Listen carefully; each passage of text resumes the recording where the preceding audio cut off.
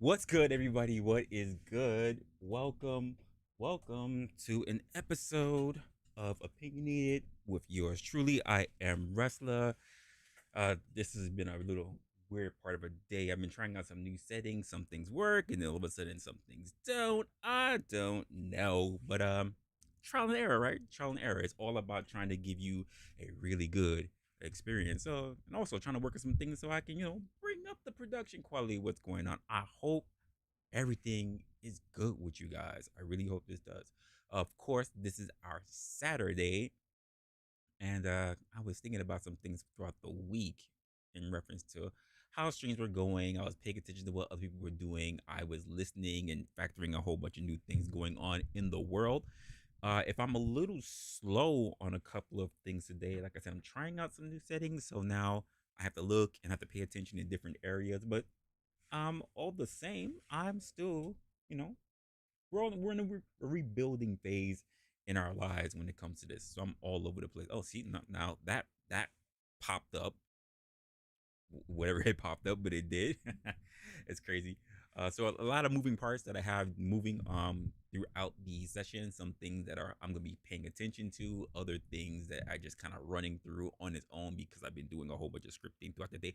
I've been up for quite some time, just back and forth, back and forth. But so pay attention to some things that you may be seeing throughout.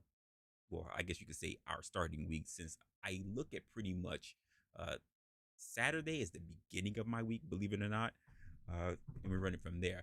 But of course, as always, by the way, because not normally using my I'm not using my normal format, but at the same time, I kind of got something in the back scene for you guys.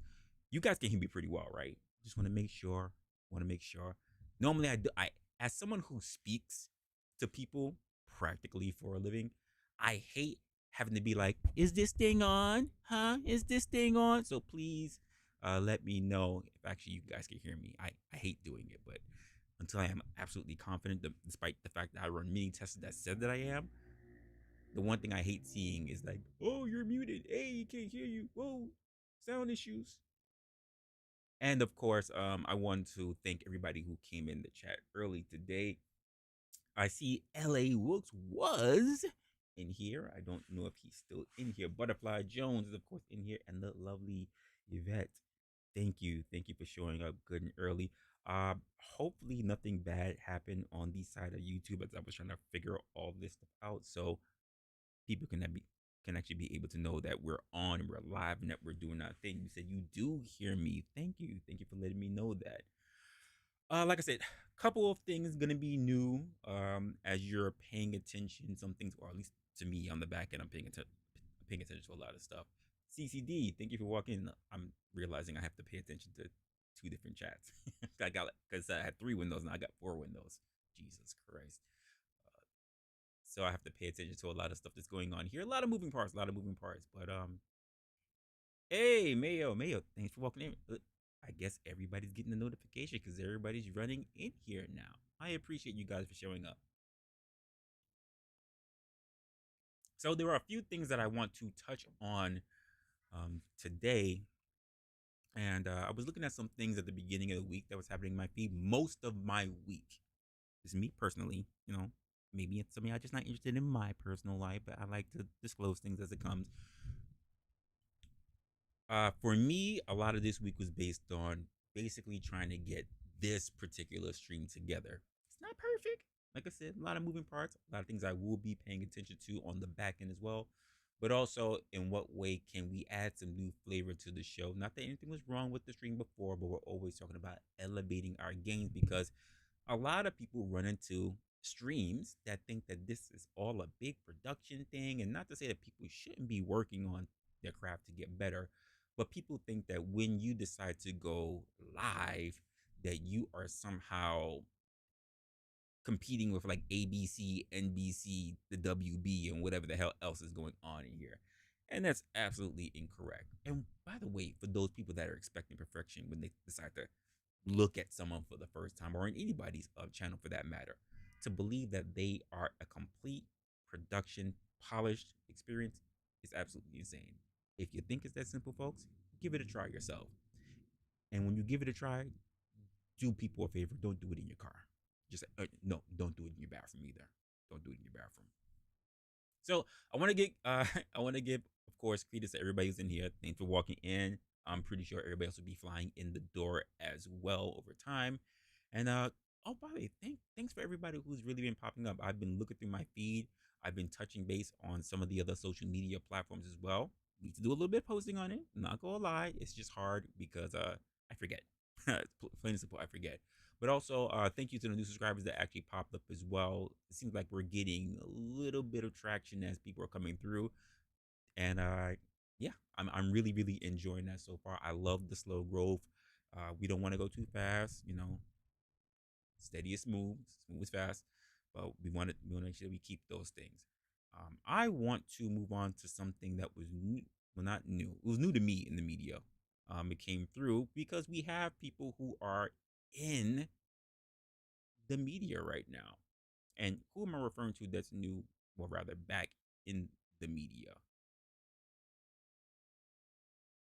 If you don't know this particular person, then which I don't know why anyone here wouldn't know, but we have Candace Owen. Candace Owens is back, folks.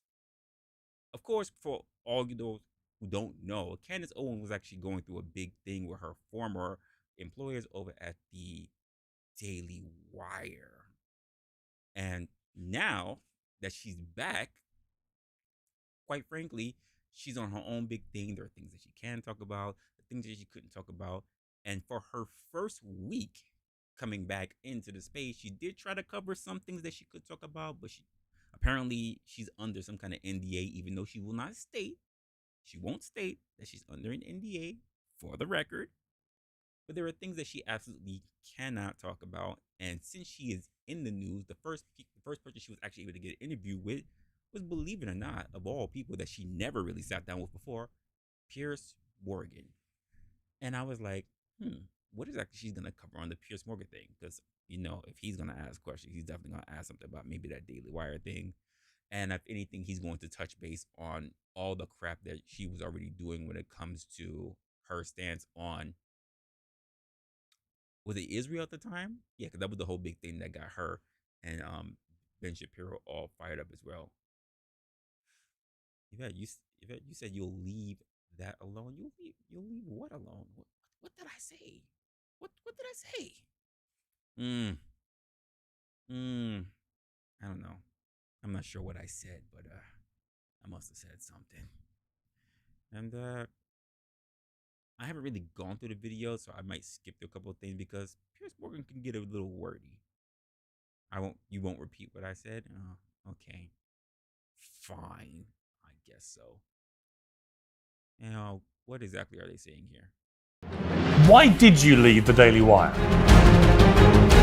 A lot of attention has been focused on you constantly referencing Christ is King. But to deliberately use that phrase was a deliberate act of provocation to people like Ben Shapiro. I want every single person in the world to declare Christ as King, whether you believe them to be a Nazi, a white supremacist, a Jew, a Muslim. It is the phrase itself that I want declared. Who do you want to win the war, Ukraine or Russia? I don't want Zelensky to win. I don't want Putin to win. I believe Zelensky is just as corrupt. I believe he is a criminal. What percentage of a population has to be killed before we can use the word genocide? It's a funny little thing. They won't tell you. She said here, I would stake my entire professional reputation on the fact that Brigitte Macron is in fact... Oh, absolutely. Absolutely, Yvette. Yes, there's a big difference apparently between my mic and this thing. I gotta figure it all out. I'm gonna figure it all out. For some reason, it is super blast on the video side that I got going on here, but when I'm looking at my mic levels, it seems to be at normal. Like I'm at the perfect area for my mic. But when it comes to audio and other stuff on everywhere, it's blasting and I can't figure it out why. My sound effects, super high. Music, super high. I gotta adjust those two. Sounds from other, super high. Mic seems to be leveled. I don't know what's going on. I don't know what's going on. Turn myself up a bit. Okay, let me hear myself to see how I sound. How do I sound?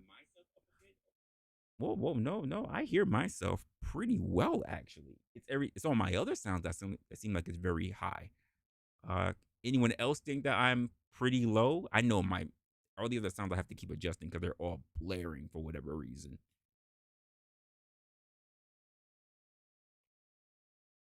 And I went through this like 3 or 4 times. I went through this like 4 times. I'm just trying to, and I guess crazy sound is better than no sound. So I'm trying to make sure that everything is good. Some of my levels are all weird. And I walked in the door. I don't need to have this on anymore. You said that's good. It's a good problem. Yeah. I try. I try with all of my sound stuff all of the time, and it's just like it's a pain in the butt. Actually, there's a couple of things I'm noticing right now, but it's kind of late. Anyway, let's go on this while I try to work on it. To Mac. With that statement, your entire professional reputation goes up in smoke. Burn. You got me. You go, girlfriend. I'll bet you $100,000 right now that it is established beyond any doubt that she was born a woman. Do you accept the bet, Candace? Whoa, no. At best, pardon, Brigitte Macron is a pervert. Wow. My next guest is a hugely influential YouTube commentator with an army of followers, a person who says they were fired for speaking their mind, but then came roaring back with an even bigger show. And no, it's not me. Candace Owens launched her new independent show this week. She's previously described me as dishonest, a snake, and a toddler.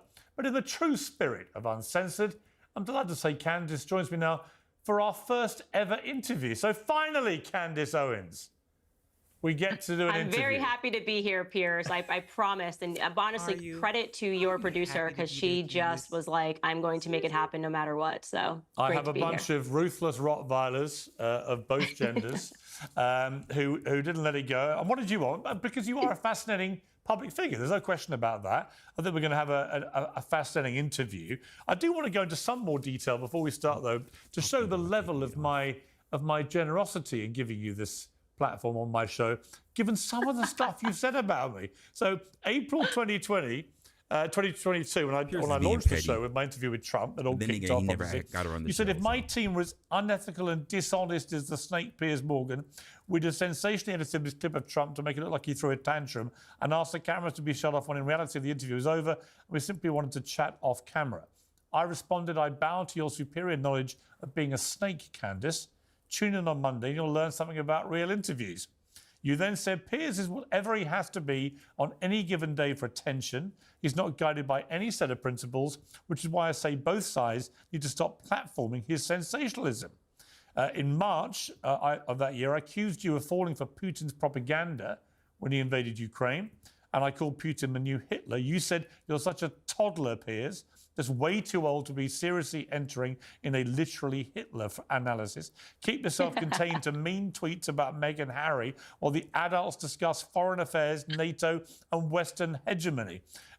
In March the same year, you wrote with a picture of Finding Freedom, the most historical thing Piers Morgan has ever read. In January 2022, you said, I find Piers Morgan to be morally inconsistent, which breeds intellectual dishonesty. I welcome a public discussion with him about systemic racism, a topic with which he's impassioned, although apparently not impassioned enough to speak with me about it. Why do you suppose that is? You added, we're all at the edge of our seat waiting for an answer here, Piers Morgan. Well, okay. You should do that more often. I like when you read mean tweets about Piers Morgan. That was great. I salute you for that. That was wonderful. Fun. Exactly. And the truth is, I actually do want to give you a platform, and I have no problem with that. I would obviously contest much of your characterization of me in some of those mean tweets, but that's fine.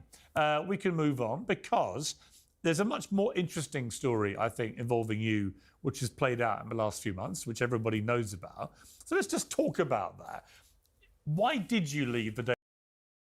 You know what? As a host of a network, despite the fact that you do take a lot of fire, and not just be anybody, but I'm in particular right now talking about Piers Morgan. Gotta be honest, he was a little petty bringing up all this stuff, but he took it on the chin. Like he was really lighthearted about it. I don't know many people who are sitting at an anchor's desk that will actually sit there and literally read all the negative stuff, especially the person that they're actually talking to right there, and just take it with such lightheartedness. So I will give him a lot of credit for that. It's because you're in that field. Rather, anyone who's behind the camera is going to take all kind of criticism, right? But it's nice that he has a good enough sense of humor that he didn't take it to heart because it's just part of the business. So I'll give that to Pierce.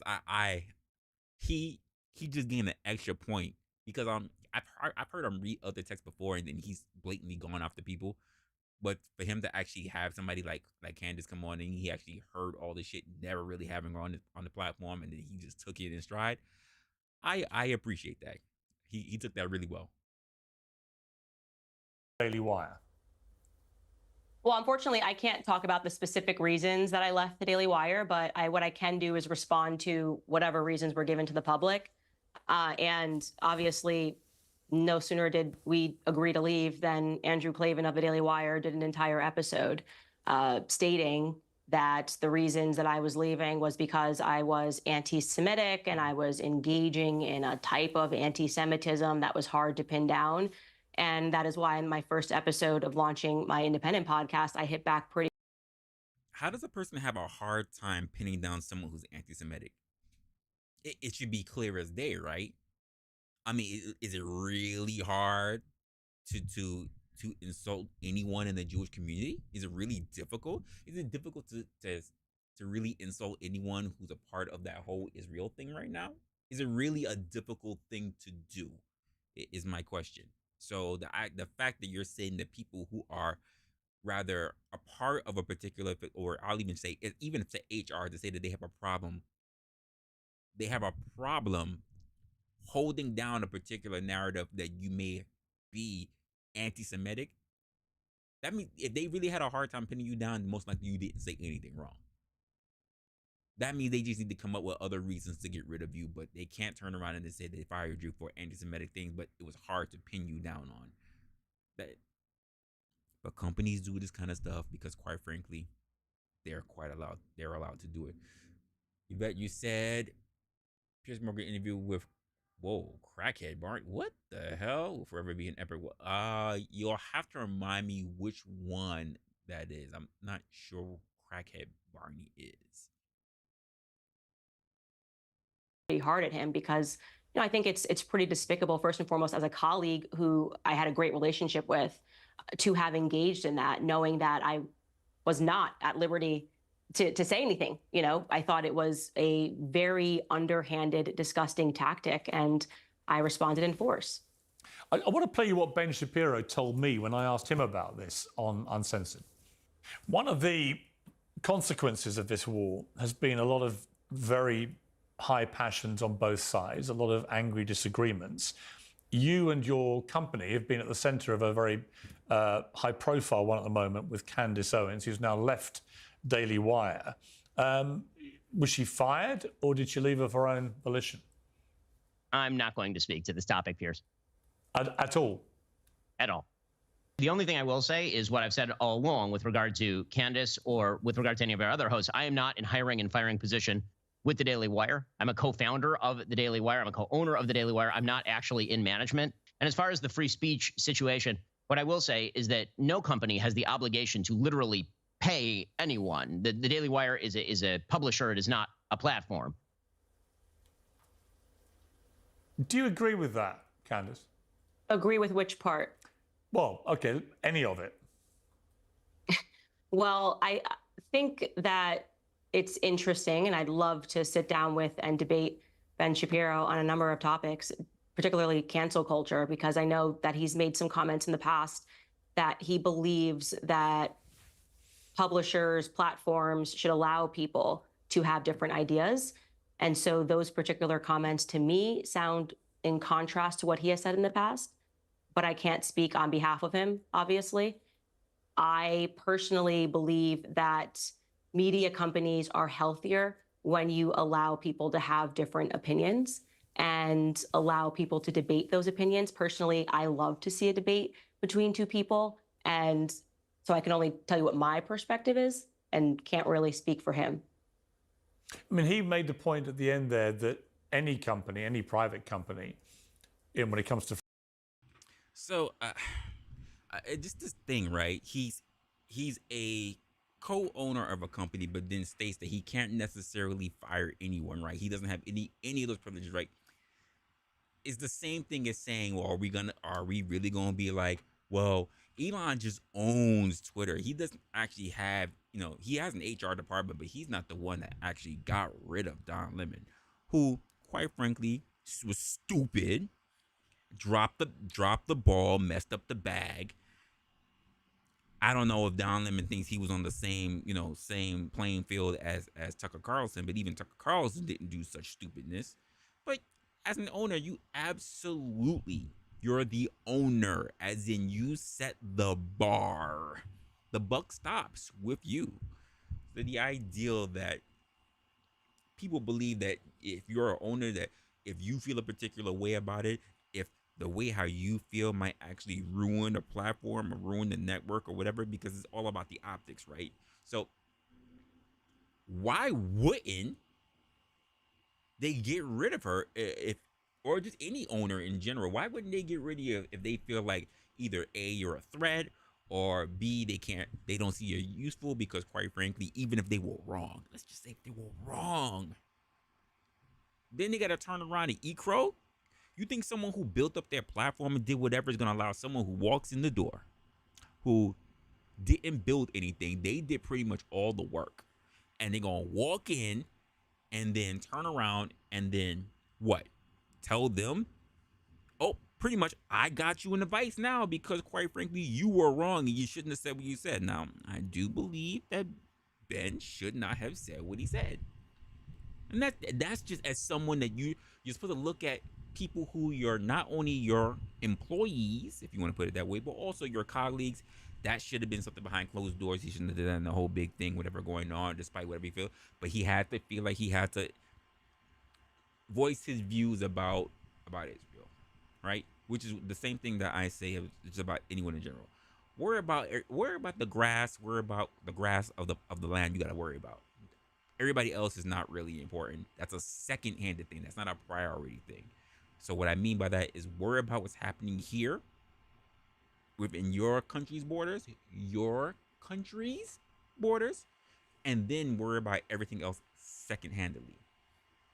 And then just in company perspective, worry about the company first and not your views outside of the company being the thing. That's the way I look at it. LA, what's going on, man? What's going on? Oh, LA pretty much walking in here.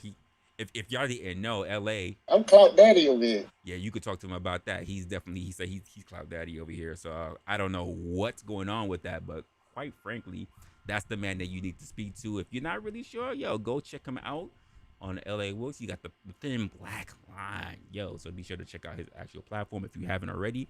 He's got some nice things going on. He's been pretty much in the game for definitely over a decade, almost 2 decades as a Philly police officer. So be sure to check out his channel.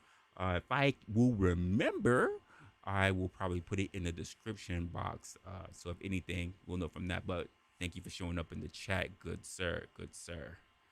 But yeah, this is the way how some people act in businesses, and I don't know why Ben thinks something a particular way about it, because there wouldn't have been anything leading to Candace firing, despite all the other shit that she said in the past, but which probably could have gotten her fired, but she never did before. But this particular thing, because she disagrees with a colleague, got her fired. Yeah, I don't know about that. Free speech is not compelled to pay people to work for them. I mean, would you accept that as a principle? Well, what I would say again is that it just kind of runs into what is wrong. I guess the question you could ask is, what is wrong if CNN fires somebody for having a different opinion? What then is wrong if Fox News fires somebody for having a different opinion? Your answer would have to be that it's not wrong and that companies are at will to curate whatever belief system that they want and to not allow free speech. So, Out of interest, is it true that you signed an NDA and that's why you can't really talk about this in detail? I cannot speak in detail about any of that stuff. You can't even confirm whether you've had an NDA? I am not free to speak about any topic pertaining to contracts signed or not signed. And she can't do it, Pierce. So she can't do it. You see, this is where it gets interesting for me, because you referenced Andrew Klavan from the Daily Wire. I want to play a part of what he said, and then I'll come back to you. Yeah. The Daily Wire parted ways with Candace Owens, and part of it was things that she was saying that we felt were strongly anti-Semitic. And she was doing it in such a way that it was kind of hard to pin down. So I was trying to show where these things happen. So I'm bemused, because I've been involved in a lot of contracts in my time. I've been an employer, I've been an employee, and so on. I don't understand why somebody from the Daily Wire can be so explicit about the reasons you left, and yet you are not able to be as explicit to defend yourself or to counter what they're saying. Amen, Pierce. That's wild. That's wild. And again, companies are putting people in predicaments where, even think about it, when you have the non-compete, companies consistently have people at a particular threshold have signed NDAs. Yep, you're right. Most companies have at will policy. It's at will termination for any reason whatsoever. Yo, this bitch sneezed wrong. We need to get rid of her. She sneezes in rapid succession. We need to get rid of her. They do a lot of that. But it also works the other way around, because they'll turn around and say, "Oh, you want to leave? Oh, can you give us your 2 weeks?" It's at will employment. You can leave quickly too. You're not obligated to give them 2 weeks. That's not within the contract. Most people don't think about that way. I'll give you my 2 weeks, you know. No, if you want to dip that day and just say, "Yeah, I want to resign." Oh, okay, cool. When would you like to leave? Immediately. They can't stop you. Oh, it's a dick move if you leave early. At will. So a lot of people don't look at it that way. It works both ways. Nightish, welcome to the room. Welcome to the room, man. Amen. I think that is probably a question that was on a lot of people's minds. And, you know, what can I say other than what was it that Kanye was saying about contracts? And, you know, I think it is, even if you believe that it is valid for that to happen, I think it is immoral to allow someone to attack someone and to not allow them to defend their name.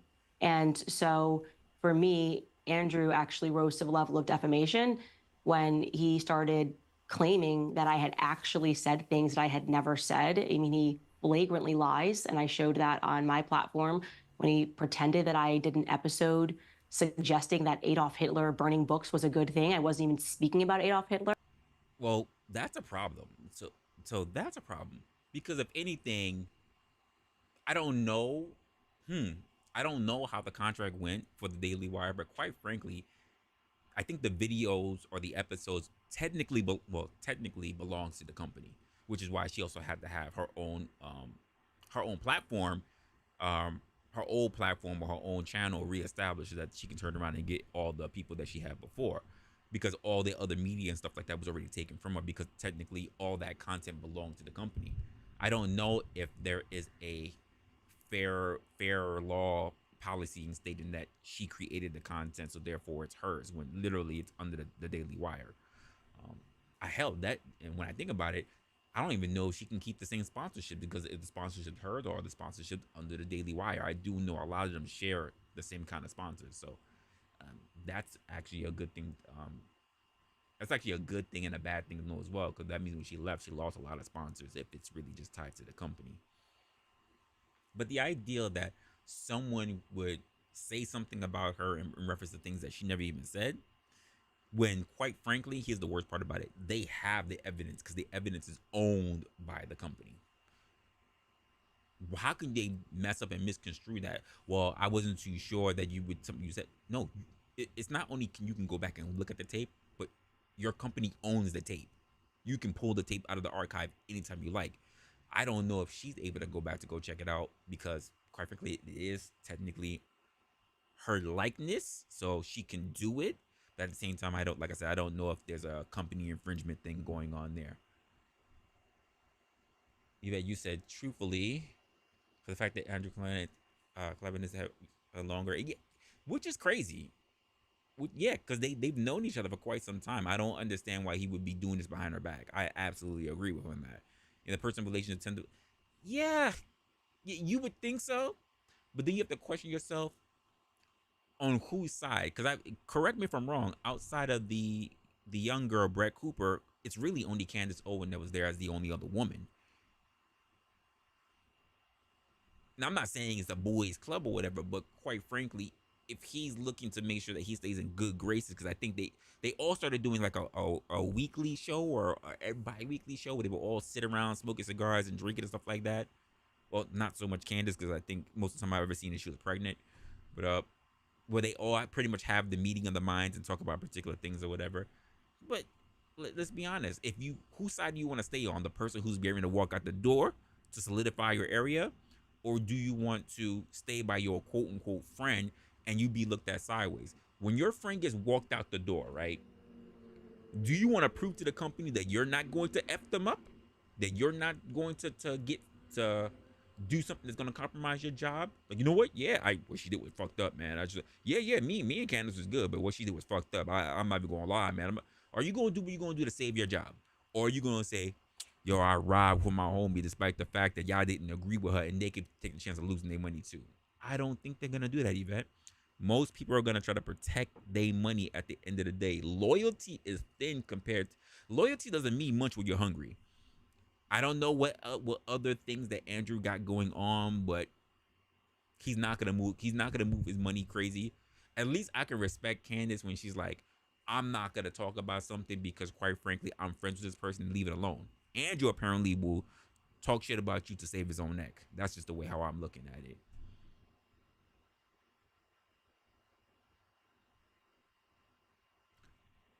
I, I don't think she was. In my opinion, if we're all in reference to this whole Israel thing, I don't think that she was a liability, because that means she was a liability well beforehand, and she never was at risk of publicly losing, being at risk of losing her job. It never happened beforehand.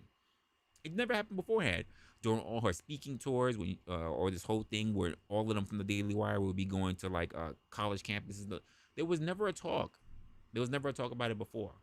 This is when her recent pregnancy, even before when she was pregnant before and still traveling. She was never at risk of losing her job before. It only became a thing that became serious once it became about Israel. Cause she said flagrant shit before.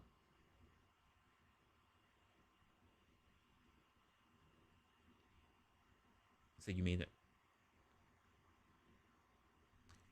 maybe, but quite frankly, let's just be honest, Yvette. All of them are liabilities in their job. All of them. Because what do they all do? They challenge things that, quite frankly, a lot of people in media don't want. Do you think it's not a thing where you could possibly lose your job when you're turning around and you're stating to people of the community, or people who are actually have been on this earth for quite some time, not a long time, but quite some time, to turn around and start asking them, what is a woman? Or a Michael Knowles, who pretty much goes out of the way, who debates in a very funny way that I see, but debates people and then also brings things into a biblical sense or whatever. Like, everybody has their thing that quote could be critiqued because, quite frankly, it's offensive. They all do offensive comments. They all do offensive content. Even Ben Shapiro himself. They all tote that line. How is it that the thing that she said was a problem when, again, I believe that she's probably said worse things already on the air. That's my thing. Well, and then this liability thing. Who stated what was the line? Because as far as I know, all of them have already gone over that line, and that's one of the reasons why they all said publicly on the platform this is why they like working for the Daily Wire. But apparently, when it was something about Israel, keep in mind, Russia shit happened. When things were happening in Cairo, that was like, over in Egypt, like that was apparently not a problem. When they were talking about things that were going on in Iraq, that wasn't a problem. But all of a sudden, Israel, and the only person affected is one of the owners. All of a sudden, it's a problem. If you go too far now, Really? Because all of them are Christian, minus one person. Do we all know who that person is? Because Michael Knowles, Christian. Matt Walsh, Christian. Candace Owens, Christian. Ben Shapiro. Okay, cool. But I'm pulling at threads. It's not a conspiracy. It's not a conspiracy. Just drawing my own conclusions. It's a nonsense to think that I would do that on my platform. And it's a trick also. It's meant to make people feel emotional. I'm like, oh my gosh, I can't believe that she's supporting Adolf Hitler. And I thought it was nasty business. I thought it was extremely nasty business. And, you know, for me, Piers, it's important for me to state my name means a lot to me. You know, my grandfather grew up on a sharecropping farm, one of 12 children, you know, in the segregated South, Robert Owens Sr. And for him to have worked the way that he worked and to have instilled the Christian values in me that he instilled in me growing up, the idea that I would allow someone to so flagrantly throw dirt on his name, it was never going to fly. Did you ever say or do anything which to a Jewish ear could be construed as anti-Semitic? Well, let's be clear. Okay. Let's just say if she did. She's in America. She has the First Amendment. Let's say she did. What difference does it matter? She literally has a job where she commentates and gives her opinion all day long. That's what she is known for. When she goes to different platforms, whether it's on that platform, that's what she's done for a living for years. She's protected by the First Amendment. They all are. Who gives a shit if she did offend somebody? Like, seriously. Let's just say if it came out and it sounded as if it was anti-Semitic. Are there laws on the books that you can't say anything of anti-Semitism? Any laws in the books? Anything that infringes on rights? Because that's not a right. There's no laws in the book that says if you say something like that, you go to jail. So what are we doing here? Even if she said yes, so fucking what? Clear about all of these topics, whether we're talking about racism, sexism, anti-Semitism. Oh, keep in mind, I'm remembering right now. No one ever said anything when she was going. Well, she was definitely going up and charring the shit out of black people and all their issues or whatever. No one said anything when she was going out there and basically slapping the shit out of these verbally for all these damn OF models. No one said shit. Come on now. Everything can be construed to an ear when you're talking about a subjective ear that I believe that this is racist. I mean, I could say, hey, Piers, you even asking me questions. And to me, it feels Strongly racist, right? agree. A feeling and a fact are two different things. So what someone construes something is meaningless. Factually speaking, I have never said anything that is anti-Semitic. And had I have said something that was anti-Semitic, Andrew Klavan would have simply showed the clip.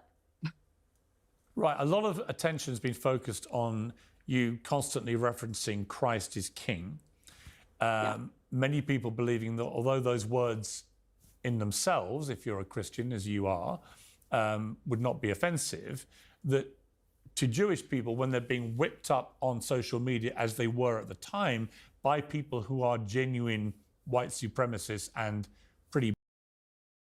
No, sir. It should have never came up as something. That should never came up as something. It's freedom of expression. She could say whatever the fuck she wants. It would not matter. It doesn't matter. It doesn't.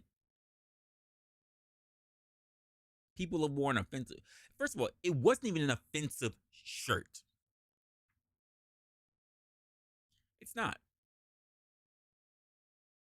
Because they would have came at her for simply wearing a shirt that said all lives matter. It wouldn't have made a difference. Again, and that's the Daily Wire's business, but the Daily Wire is a company.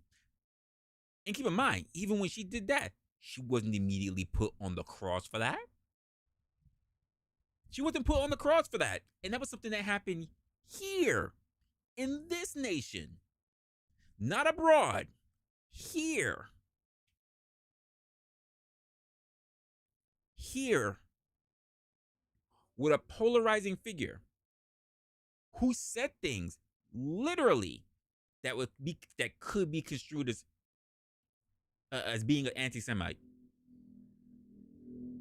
He done lost deals and whatever, and still opened his mouth and said whatever afterwards. And seen him as cool. It was her point of view, and she didn't lose her job over that. She didn't lose her job over say, I stand with him. But when the shit was going down or whatever it came to Kanye, she said, I would love to have you on my show, but I can't. She literally said that. I can't have you on my show. Not because I don't want to, because I was told that I can't bring you on my show.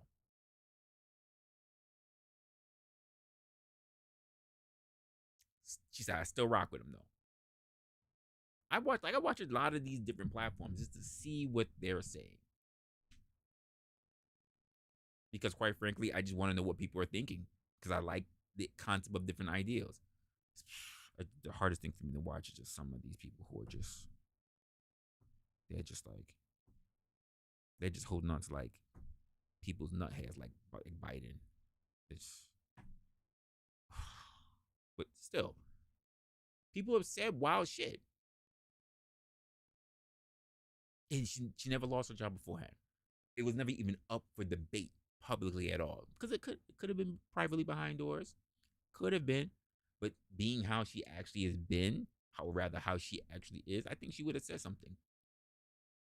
That's just my opinion, though. Brazen anti-Semites, that being smart as you are, you would have known that to deliberately use that phrase repeatedly in that time, in that climate, was a deliberate act of provocation to people like Ben Shapiro, who obviously are extremely high-profile Jewish people. Doesn't matter. Do you accept that? I'm sorry, which time frame are you talking about when you say at that time? Well, since the start of the Israel-Hamas war. Yeah, no. So that phrase, if you're talking about when it began to be a scandal, because I think everyone was quite confused when there was suddenly this narrative that it could be construed as anti-Semitic, which is why it required so much explaining by people of when it became anti-Semitic. I posted a standalone Bible verse, this is just a pure fact, calling for peace. And at the end of the verse, I ended it and said, Christ is King, last November. Andrew Klavan references that. The reason why this even became a scandal is because of Andrew Klavan. Andrew Klavan did an episode called Because Christ is Really King. And then he accused me wrongly of spitting that phrase at a Jew. That simply never happened, as I showed in my first episode back. It was just made that up out of thin air. I posted a standalone Bible verse and I wrote at the end of it, Christ is King. And then a Jew responded to me telling me to quit my job.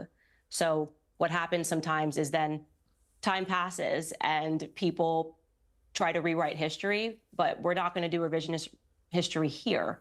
I tweeted Christ is King appropriately following a Bible verse when I was 38 weeks pregnant. And I stand by that proverb and I stand by my declaring Christ to be king, as I have done many times in the past, because it's basic Christian doctrine. Two things about that. Why would you tweet that particular passage from the Bible, ending Christ is King, on 14th of November 2023? What was your motivation? Yeah, happy to answer that question. So if people remember what was happening at that time, Ben Shapiro was caught on a tape calling me faux sophisticated and some other stuff, a disgrace, I think was the term. And again, I was 38 weeks pregnant, about to give birth. And my husband just told me, every media person in the world is contacting you globally, asking you to give a comment, to say something. It's obviously a very traumatizing thing to go through in the moment when you're that pregnant and suddenly you're like, I just don't want to deal with this drama. I don't mean like trauma in the very leftist, I feel traumatized by this, but just it's a lot happening leading up to birth. And my husband told me to read the Bible. He said, just read the Bible. You don't have to answer these media members. You don't have to give a comment. You don't have to say anything. These things are all fickle. It doesn't matter. But just to be clear on the chronology, because the video of Ben saying what he said, we said, I think her behaviour during this has been disgraceful without a doubt. I think her sophistication. That came first. Yeah, that came out on 15th of November 2023. But you had posted what you posted on the 14th of November. That's not correct. You have your timeline wrong. It was the video came first. So you were responding directly to the video? No, I'm trying to finish the story, but you just have just so you know, chronologically, you have it wrong. His insult came first. I think it was on the 12th. The insult came. Were you made aware of the insult because and then did it become public? I found out on Twitter with everybody else. It was just trending, you know. And so just to go back into it, my husband told me to read the Bible and to realize that these things are fickle and that all of these journalists that were asking me to respond to them are doing it because all they want is clicks and money, and they want you. That's it's an interesting statement. So, CCD, when you say the problem with politics and these companies is that they treat us like children, like we need guidance instead of making our own informed decisions. Quite frankly, if you look at average people doing average things, they are like children. Companies, as well as policies, as well as politics, do have to treat you like children, because quite frankly, given the chance that they leave you to your own devices, you are likely to make very bad and most likely informed decisions. They have to put so many checks and balances, so many measures into place, because if they leave it up to you, not you specifically, but you as a collective people, they leave it up to you, people tend to interpret, even when they have been hired in a job, they do a particular task, they do a particular function because that was they were hired to actually do. You know what they turn around and do? They interpret what they believe that their job is, because people have left them alone so long that they start doing their own thing. Well, I do this and I do that and I do this and I do that. Well, what's the role of your job? Well, I do this and I do that and I do this and I do that. But where is the baseline? What are the things that you are hired to do? And they'll tell you about everything else on the outside of what they were hired to do. Because keep in mind, it's when they do all the extra shit that they should not have been doing, and then when they want time to themselves or whatever, and they've already been doing the things that they should not have been doing, when their manager or leader, whoever else says, hey, I was wondering, could you do such and such for me? That's not my job. Why y'all want too much from me? Why? That's not my job. So yeah, people do behave like children, and not only people who like sit in the roles that I've been in compliance, or people who even they go to HR and HR has to remind them what their roles are, because people do behave like that, because people do behave like children. So yes, companies as well as politicians do tend to treat people as children, because quite frankly, they're really not invested in making all the best decisions for themselves. I've said this before, and I'll say it here because I don't think I've said it here on this platform. I believe in those who are smart being the people that need to take care of the people who are dumb. The problem that we have in this country is that we allow the stupid to have a voice.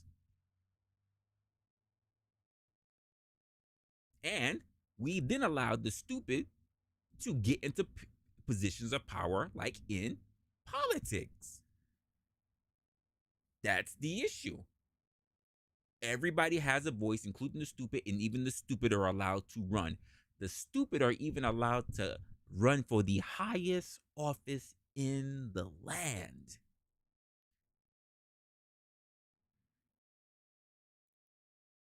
And why? Because they have a born right as a citizen to do so. You say, what about the companies and politicians that tell us we should take the shot? And again, who are the people that are telling you to take the shot? And do you have to? You should does not mean you have to. And you, as an individual who's now faced with an actual choice of whether you do want to take the shot or you don't want to take the shot, must do your due diligence to inform yourself. Whether you want to read articles, whether you want to go through the internet, whether you want to watch politics, whether you want to do whatever. You do your due diligence to ensure that you are updated with the most critical and up-to-date information to critically think about the decision that you're going to make and the decision that your family members are going to make. No one's forcing you. The only way that you are, quote, forced to take anything is, quite frankly, if you're in the armed services. They have a shot, you got to get the shot. For what I understand, if they got something to make something inoculation or to test something, you got to take it. As a, quote, citizen, you have your options. No one's tying you down. No one's forcing you. You say, well, I can't go to work unless I take the shot. That's a decision that you have to make, but you have choice. You do. You have the power to become informed. All you must do is choose to do one thing: be curious. The problem when we say people treat us like children, right, is that a lot of people don't want to think for themselves. They want to be told what to do. They don't want to think for themselves. Just tell me what to do and I'll do it. Me using critical thought, me being industrialist, me coming up with some form of being ingenuity, like, it's too much. Tell me what to do. Tell me where to move the boxes. This is why I say there's people that just need to be at the bottom. Somebody has to move the chair. Somebody has to move the boxes. We're all not built to be at the mid-level. And the problem is that a lot of people who are even suited to be at the mid-level see how comfortable it is to be at the bottom, so therefore they don't see the reason to rise. I'm just saying. That's what it is.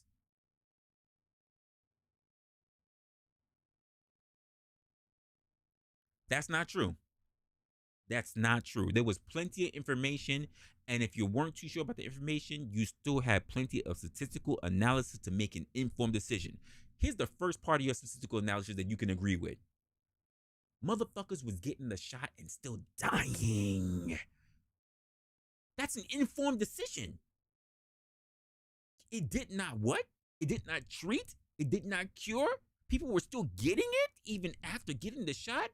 That's information.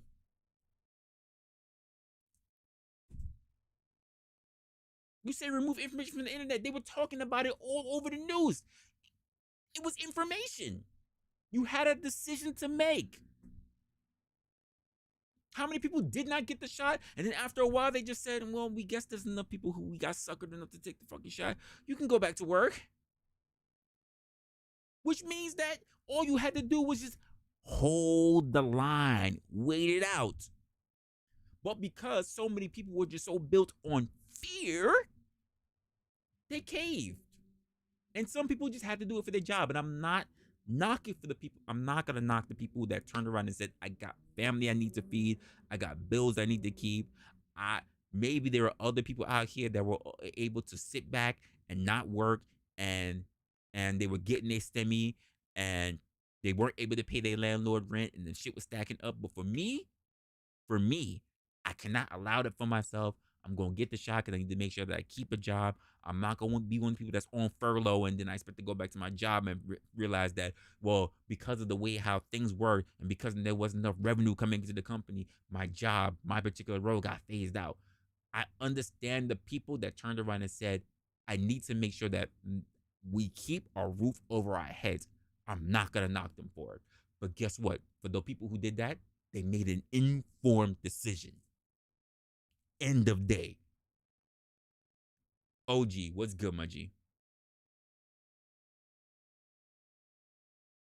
So there's plenty of information out there.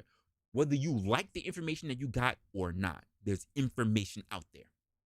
You may not like what you have to hear because it's not supposed to be all good and sunshine and rainbows, but you got information.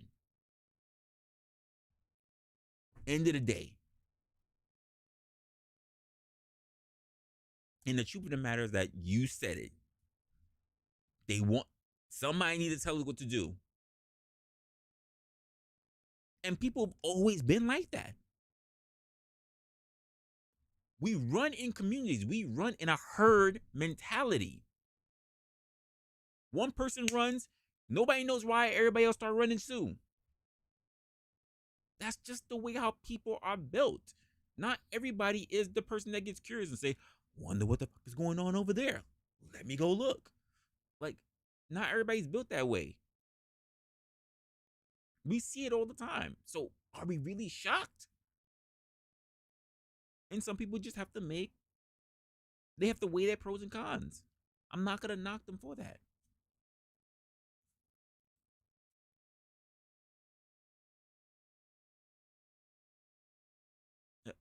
Again, you then look at greater society. You should be upset with the culture that we have that has a mentality that says that you should trust in the few, that the few should make the decisions for the many. You should be upset about that because, quite frankly, that's the world that we live in. The few make the major decisions for the many. That's in politics. That's in your job. That's in these freaking communities. Whether it's a gated community, whether it's your the LGBT and whatever the hell other acronyms they want to add on. What do you want to talk about? The worst of us, whether it's white trash or freaking uh, the worst of the blacks. Like there's always something. The worst of every culture. It's the majority that end up doing things that get into place. All you got to do is bark loud enough, and because we have this thing in our land that says everybody gets a voice. Not everybody needs to make a sound argument, but if everybody just says enough of the same thing, we will help you. Doesn't have to be a salient point. That's just where we are. So there's information out there all the time.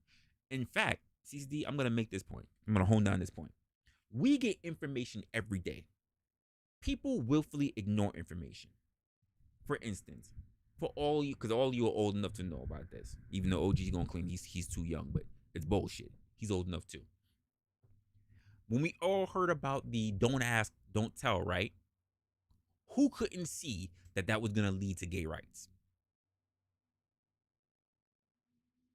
I saw it. I saw it. Never of a time you have to worry about gays in the military. We're hearing about it so openly, the gays in the military. But then all of a sudden, when that came out, that was a clear-cut sign. Now, I'm pretty sure there were other smaller signs before that could have led to that different area. But instead, they gave them the inch, like every demographic, every minority that I told you. You give them an inch and they take it and they run and they take more than what's needed, right? Then you have to grant them more. Because why? We're not known as a culture that just says enough is enough. Because there's never enough. We've never done that in this country. We never said enough is enough. We never turned around and just said no. Because you know what they turned around and say? Well, what if it was your brother, your sister, your children? And that's enough to go, oh, not my children. Well, I don't want to do anything that's going to hinder the progression of my children. So I guess I'm going to allow it. Oh, let's go to the next thing then. Because you know what they'll turn around and say? A win is a win. A win is a win. And the thing is that once you win, there are no losses. There's no takebacks. There's no takebacks. Gimme, no takebacks. There are no Indian giving when it comes to our culture. No Indian giving. So that means you got to hold that L. when we had a whole bunch of thing when gays were trying to get their marriage, whatever the case may be, it was all something that was already being talked about well beforehand, before there was a big movement for it, before they were out in the streets in droves or whatever. And again, I don't even care. But you know what I heard the sentiment from people? Well, I'm not with it, but I ain't worried about it because you know what? That ain't my friends. That ain't my family. I ain't got to worry about that. That's only in this state. That's only in that state. And instead of being proactive, you let it go. Then shit lands on your doorstep, right? And you mad, but it's too late. When you see smoke, there is fire. But you say, as long as I don't see the fire, as long as the fire ain't near me, as long as the fire ain't affecting my friends and my family, I ain't worried about it. The fire way over there. Then it's in your front door and you say, we gotta do something about it. It's too late. You can't get mad, because I'll even make this point, because we haven't seen it, but we already seen the movies. You can't be mad about mass killings and everything happening, right? People losing their shit out here in the streets, right? And say, well, that's only happening in this state. That's only happening in that state. Well, that's only happening because this little boys don't get no pussy. That's over here because these women out here being hoes to the wrong people. And then later on, when we get so-and-so president, so-and-so a representative, so-and-so in the legislature signed off on the purge officially. No, we can't be having that. No. Shut your pie hole. The signs were already there. You ignored it. There was smoke. You said it wasn't important enough for you to pay attention. That's your fault. You are a symptom of a larger cause. You are a symptom of a larger problem. Because somehow we tend to believe that ignorance will save us. Why do we have people called preppers? Could you imagine if they waited till when shit already happened and then turned around and said, I need to do something about it? There wouldn't be called preppers. That's the key. To think of things and do it ahead of time, to get ready. But not just for you. How about helping get other people ready? And this is why we have these kind of conversations that we have.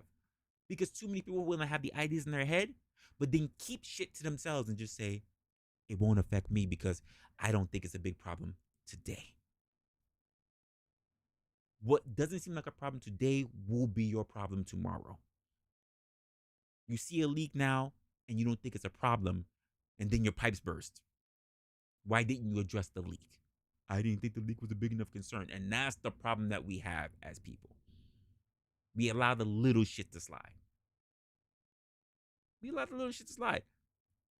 CCD, tell me if I'm wrong. I went off on my little tangent. I had to make my points. I really had to hone that shit down. Tell me if I'm wrong. I'm willing to hear the opposite opinion on it. Tell me where I'm wrong, though. Tell me if these are not grand examples that already have taken place throughout our living timeline.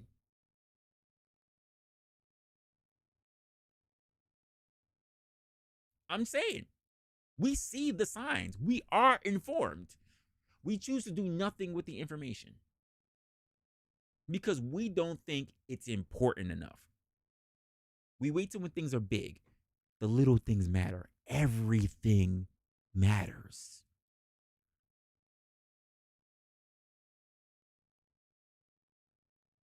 But you know why? You know why you can say that, baby girl? Because he knows that everything matters. Because he pays attention to everything.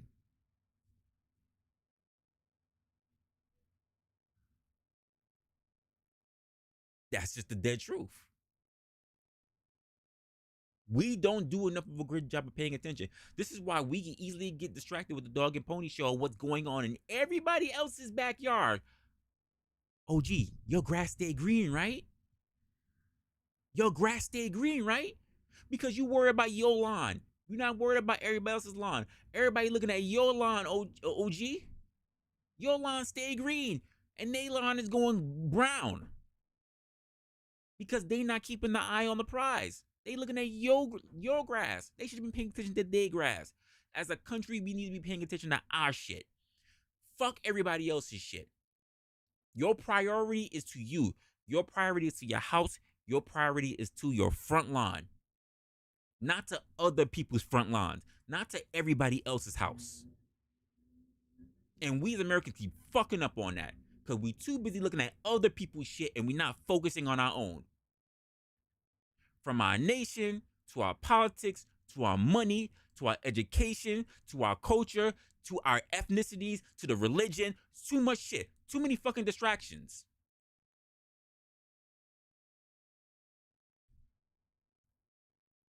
Man, I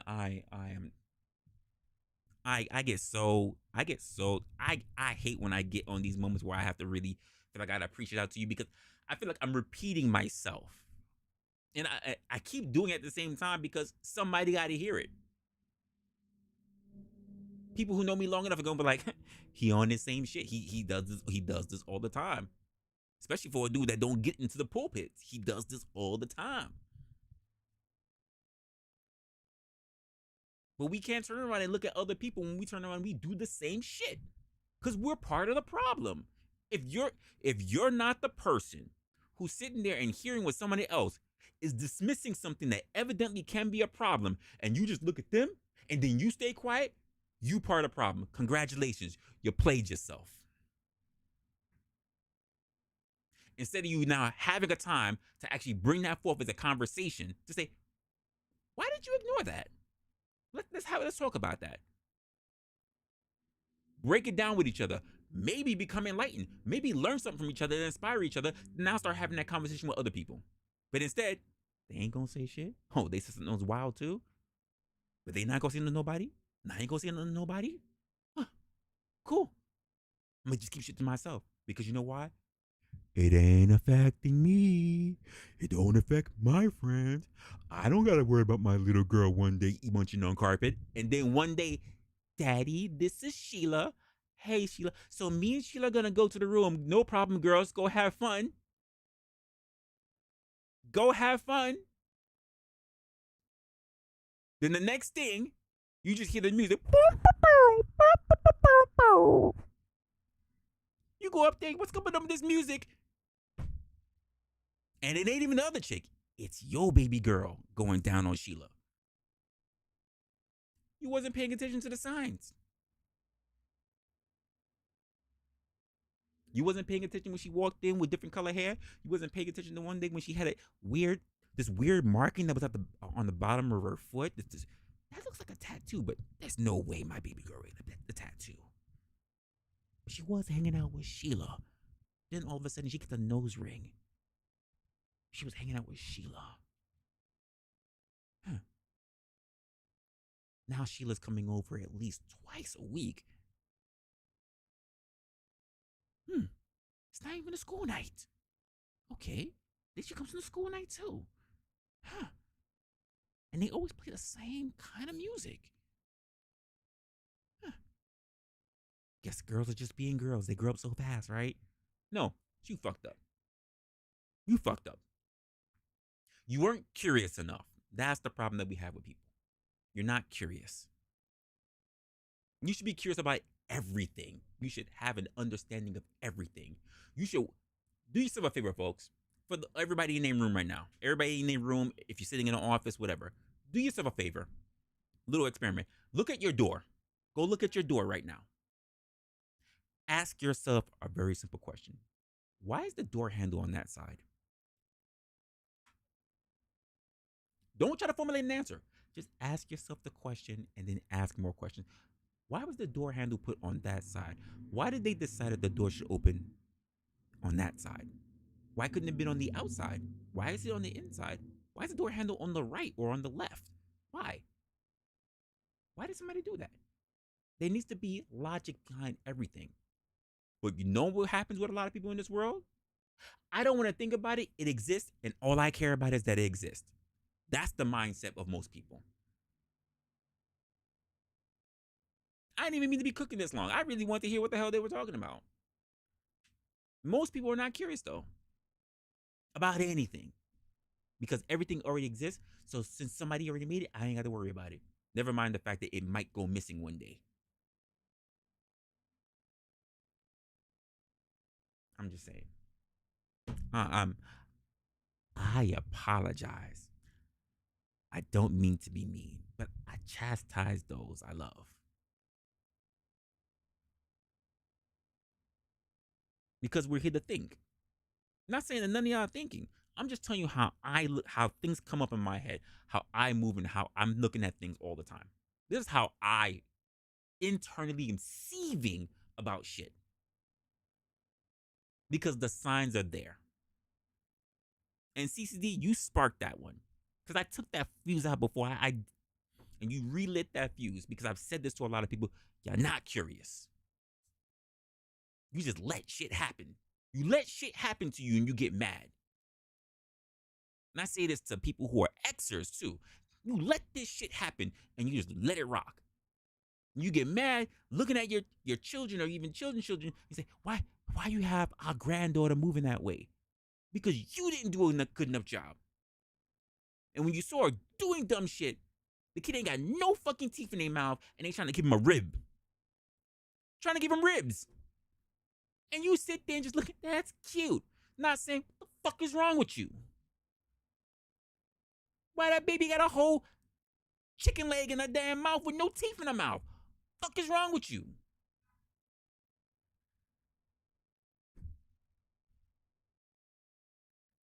Woosah.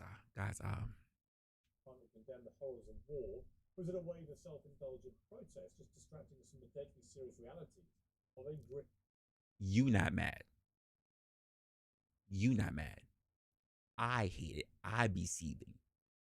You lit that in me because I tend to take the fuse away, but you lit that in me because I get mad at the fact that I get upset at the fact that people don't do enough critical thinking. And again, it's not everybody's fault because they take this out of education. And because it's also not taught in the home. This is why I respect people who turn around and get homeschooled. Critical thinking is not taught. But then also for people who are parents, you should want the best. Let's just say you're not a parent, a guardian, any form of guardianship. You should be interested in people being able to think, to critically think. Because one day, one of these little motherfuckers is going to have to be the person that has to look after you. The person that's going to have to make laws for you. The person that may have to wipe your ass when you're in your nursing home. The person that if you don't pay attention and instill the right shit into them, they might be the person who grave robs you. Unless you act first. Well, I ain't worried about it. That's your problem now. That's what I mean, CCD. That's what I mean. Love you too. Thank you. Ongoing war.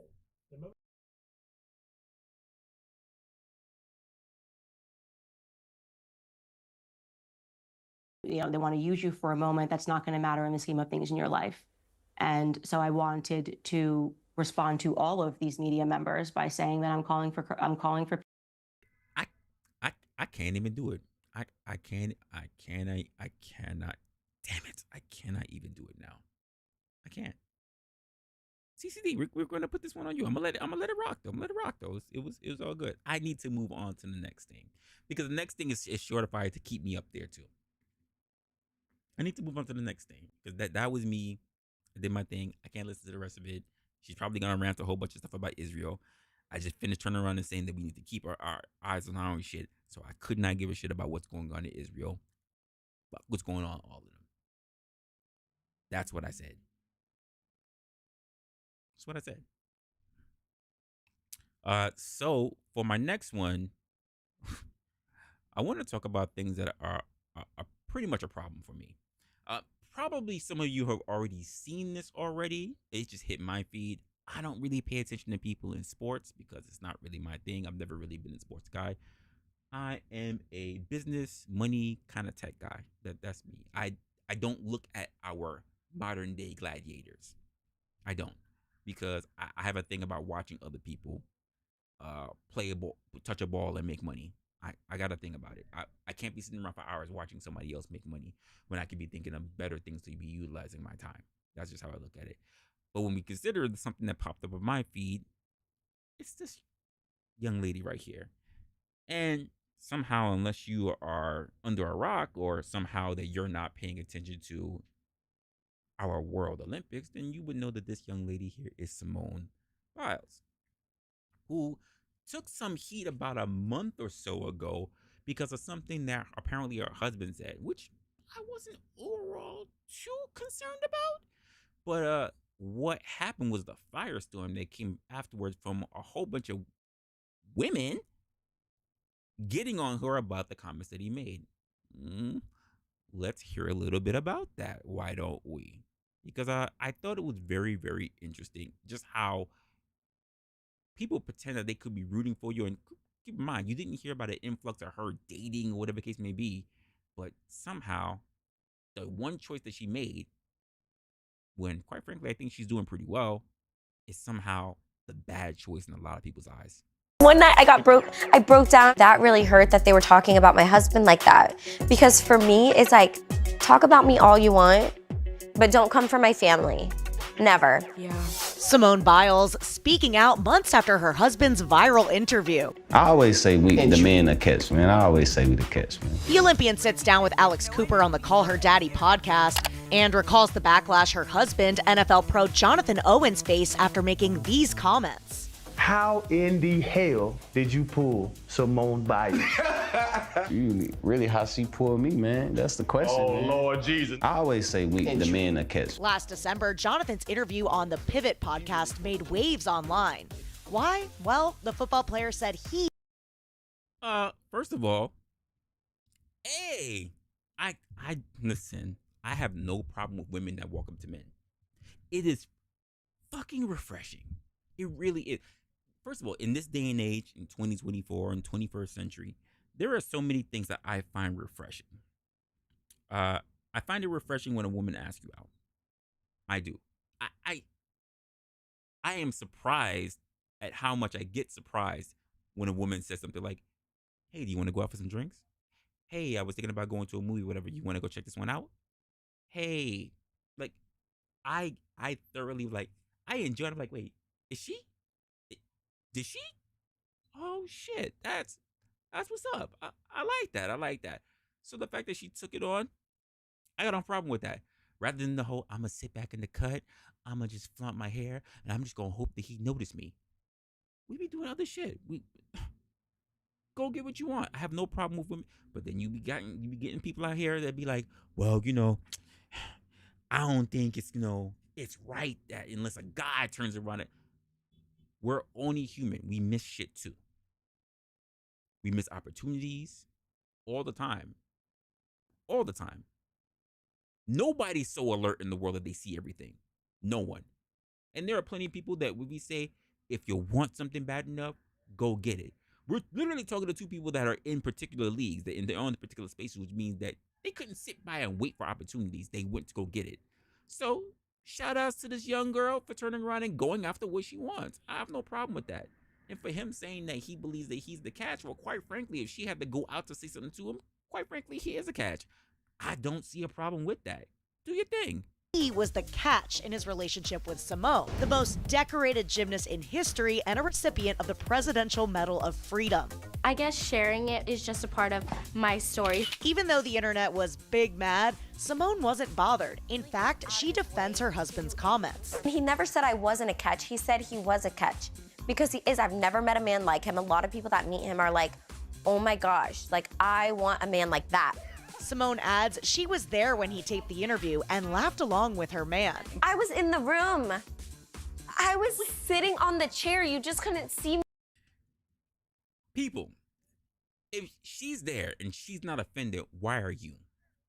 First of all, and I'm just going to say this, it sounds like a bit of jealousy. I'm not even going to lie to you. It sounds like a lot of jealousy. Because here's what I really heard. A world-class athlete. World-class athlete went after a guy that she wanted and she was able to get, and he gave her a compliment, and y'all turn around and being big mad because, quite frankly, you're not able to get that kind of caliber of person. Let's just be honest. Keep it a buck. There are groupies who cannot land that kind of man. Wait. Here, wait. Check this out. Is he not, as an athlete, as a professional athlete, is he not dating with someone on his level? Is she not getting with someone that she married on her level? Why the fuck are y'all mad? Why are y'all mad for two people who are on the same level getting with each other? Question for you. Why are you big mad? You can't compete. I don't give a fuck what you might think of her. What if you think, well, you want to give it a girl look like that? Well, maybe she's too small. Or maybe she ain't got enough tits. Or maybe she ain't got enough ass. Or maybe she's too dark. Or maybe she... Whatever reason that you want to come up with. I don't like her teeth. I don't like her... I think her shoulders too broad. I was like, whatever it is, you still don't qualify. Why are you big mad at her relationship?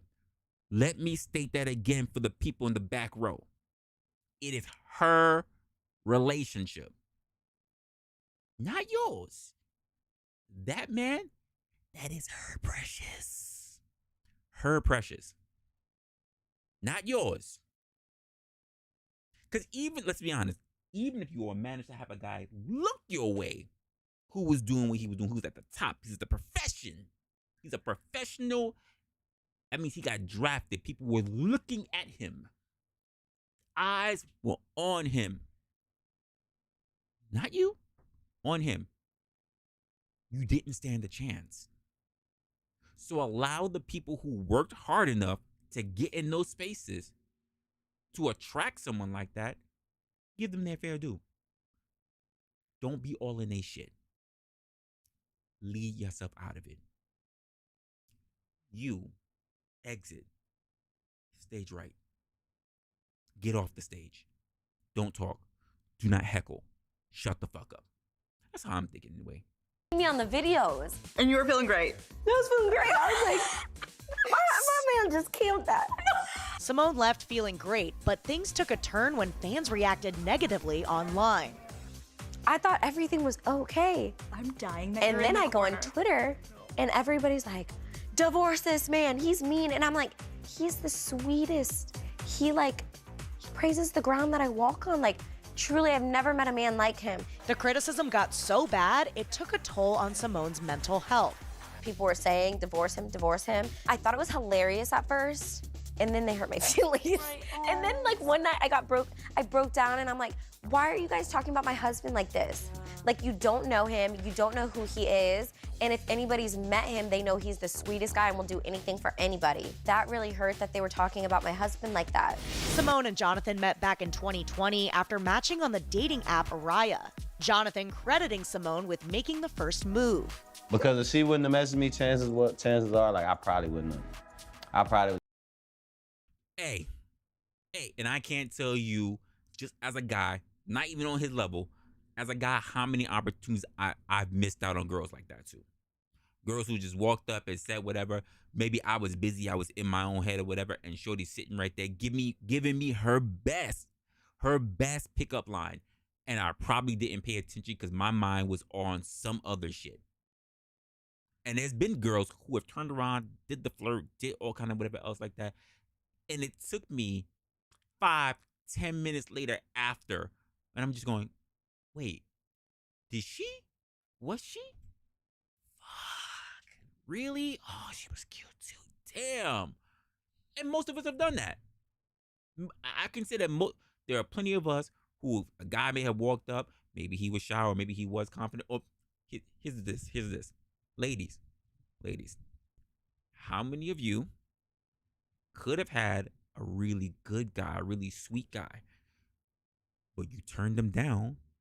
You may have even gotten nasty because simply you were having a bad day. Had nothing to do with him. You were just having a bad day. He walking up to you, hey beautiful, how's it going? Everything good? You all right? I don't want you talking to me. Just go away. He didn't do nothing wrong. He's noticing your energy and he's actually trying to provide a bit of comfort. And there are y'all who just turn down decent men. Nothing was wrong with him. Not that you knew much about him either. He could have been doing well in his life, but simply because you were having a bad day and you were in a public space, you decided to chew out anyone who got in your space. Just saying. These things happen because I've seen it. I've seen it happen in real time. Oh, fuck seeing it. I was that guy that got chewed out. I have been chewed out by chicks who had a bad day. It wasn't until later on that maybe we were in crossing again, maybe at that same bar, at that same restaurant, or that same spot, whatever. They turn around and they look at me later on, and guess what I don't do? I don't walk up to them. I don't walk up to them. I had a chick chase me that one time to the corner. I mean, the little cafe wasn't far from the corner, but her to the corner, and then she had to apologize to me because you know what she said? She had just lost her job. We're talking about 2018? 2018? Well, yeah, it had to be 2018. Because we started dating a little bit after that, in 2018. Didn't work out, but some people just don't know how to take a filter. We miss opportunities all the time. And this is the same way how I even express it to younger people. Not every opportunity is for you. Sometimes you have to do a little bit of discernment.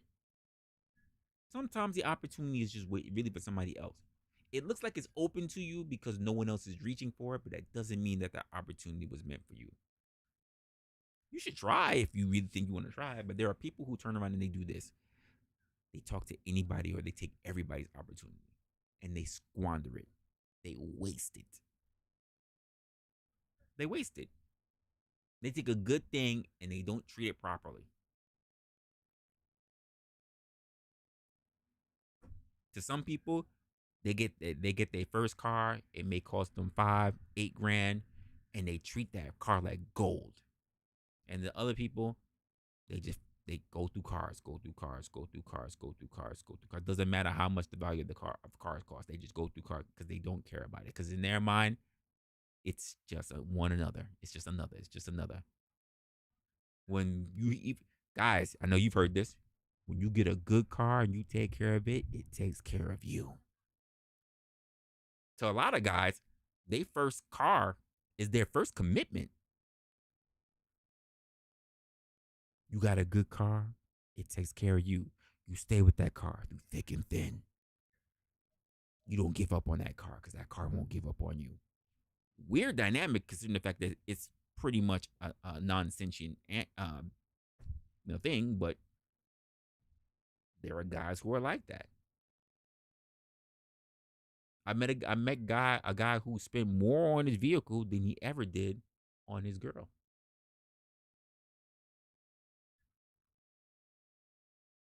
And it wasn't until he got the right girl that turned around and said, I understand that. He's been through a lot with that car.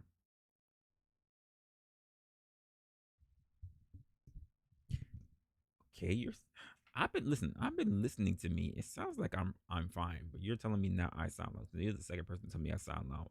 And I get that I sound low in comparison to the video, because the video levels is blasting. Like I don't want to play it on my speakers because it's blasting.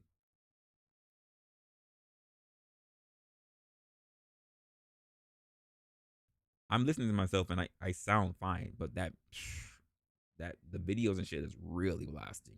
I wish I could control those.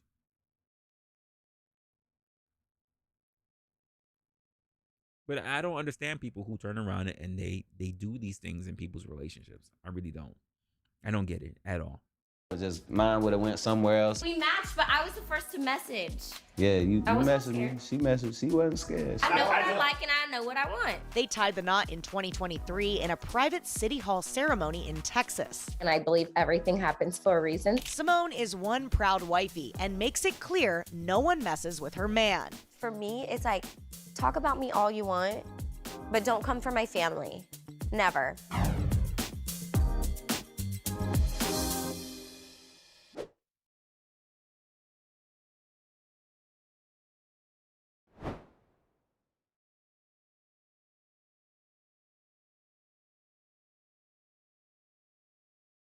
So that's pretty much how I'm looking on things like that.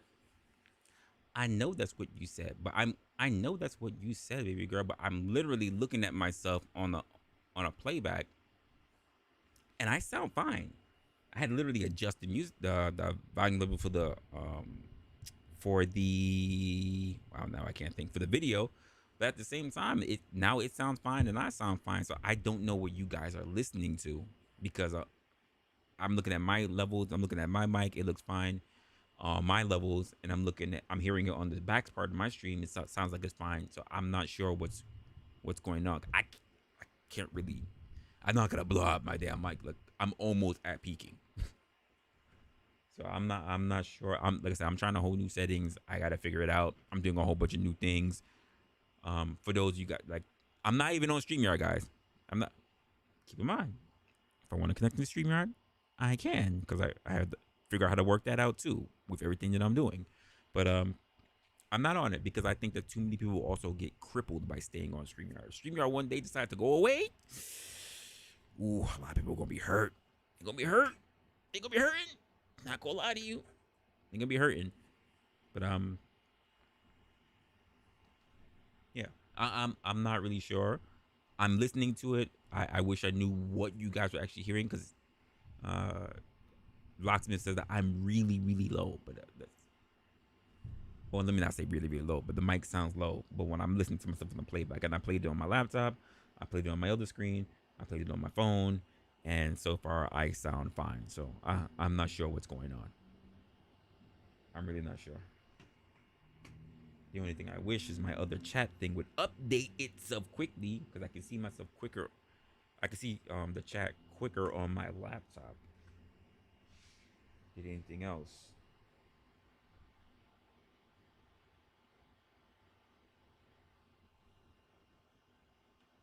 Like, Yvette, I can see your latest chat. Gotcha. Now I got it.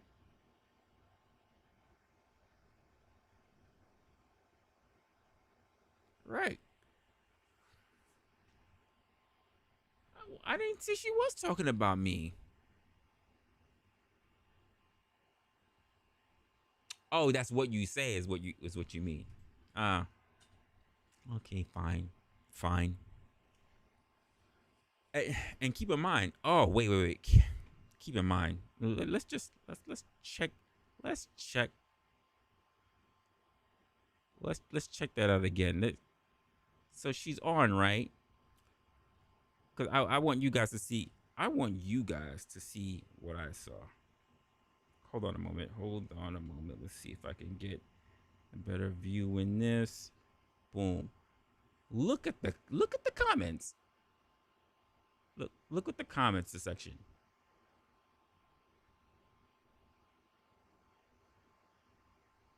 Fiercely. How so? She doesn't see it yet. How? What is it that she's doing wrong? What is it that they're doing wrong? How so? You see the opinions going on here? Girl, no. Girl, no. So he played the fuck out of you. How? I did not hear not one thing insulting. How? Never fight a man's battles. You crazy? She doesn't get it.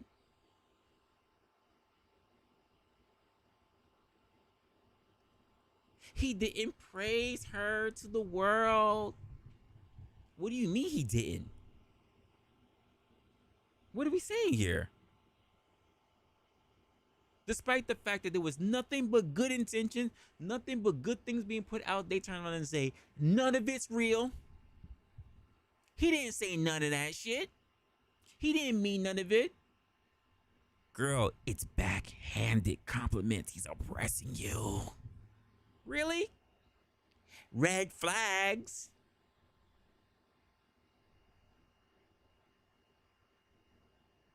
Something about this just isn't right. You know what's not right about this? Here's something that's not right. You're not used to being praised because you're not worth it. Ooh, did I say that? I said it out loud? I think I did.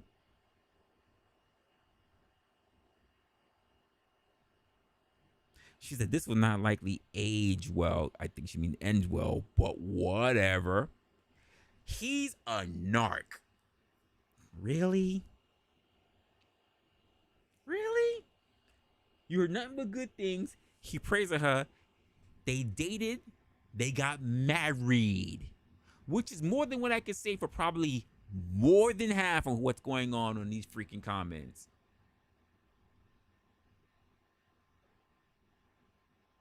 Waiting for him to go on the market because she said already great things about her husband so that they can turn around and just slide in. If they didn't slide already, they just hating. Haters.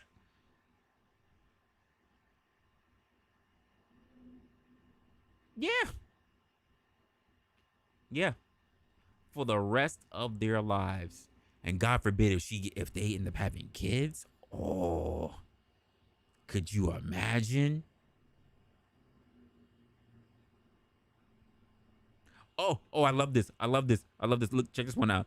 She never met a man like him, but we have. The collective. We have.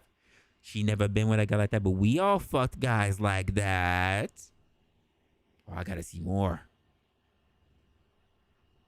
Gonna have a workup call real soon. Said exactly. She's so young and ignorant. What gives me Steve Harvey? Mary Harvey vibes? You mean following other black people? Are you serious? Huh. This is bullshit. This is bullshit. What does somebody say about this? Praying for your downfall. Not the fact that she can be happy. Because here's the funny, check this out, folks. Check this out. How many people, as much as we heard that he a simp or whatever the case may be, whatever people will be saying, how many women do you hear praise Sierra? But how many of those same women will really say that they praise Russell Wilson? Not many. They say, I want a Russell Wilson and Ciara, but they praise Ciara, but not Russell Wilson. Make that make sense.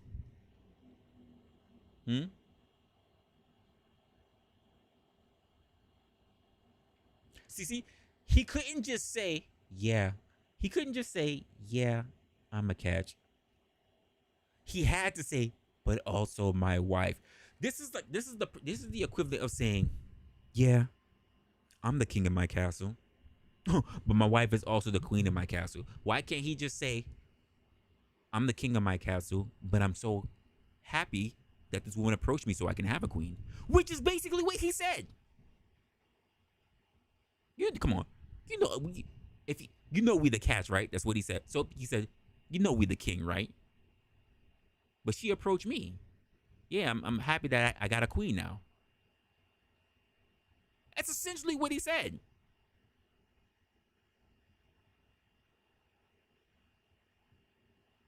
Paraphrasing pretty much what he said.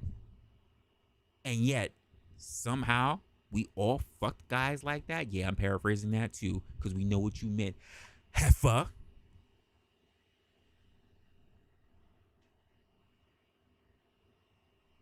Girl. Your husband did that to himself. What did he do to himself? What did he do to himself?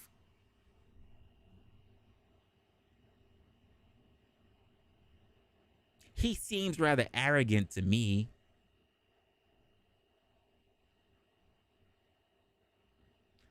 It's your husband's fault, and sooner or later you're gonna wake up and smell the coffee. Better than all the shit that you keep smelling. And and guys, I want you to pay attention to this too, because I've been doing this, but I want you to pay attention. All of those comments that I'm pretty much that I'm reading off to you, all have like triple digits. 103, 178, 260, 261, 330, 314, 160, 306, 366, 380, 296. Like, they're all heavily endorsed. That's my point.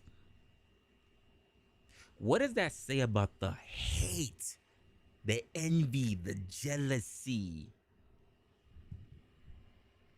of these type of people? What does that say? I didn't see a brother's profile up there. I didn't.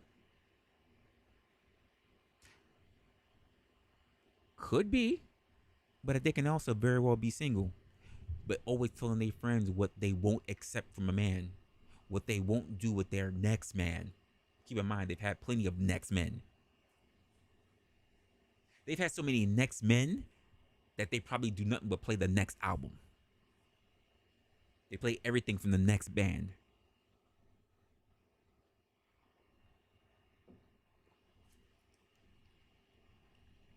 Their theme song is "Thank You, Next," but realize that no one ever stayed. No, thank you, next. But then they like to sing it, but nobody's standing in front of them.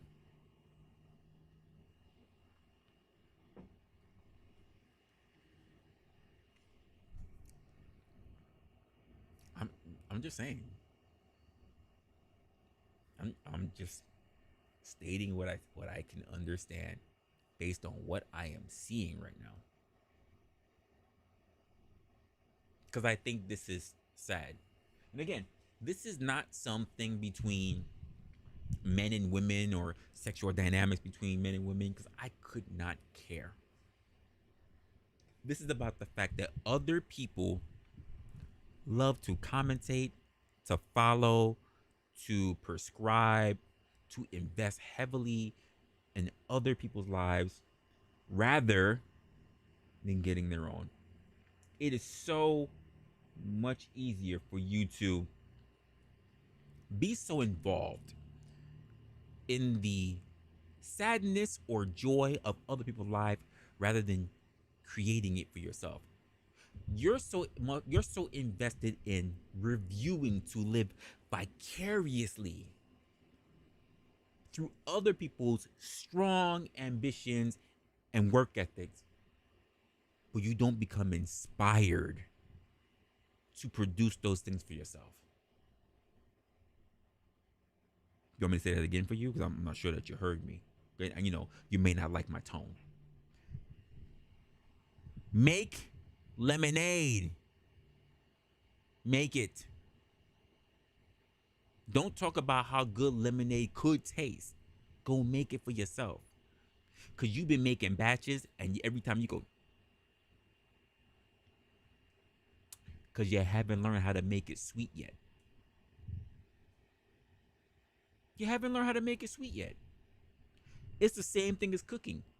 Your first couple of dishes, they gonna suck. But you get better over time. Unless you get with somebody who's also there to help you do it. Or for someone who already is a better cook than you. That's it.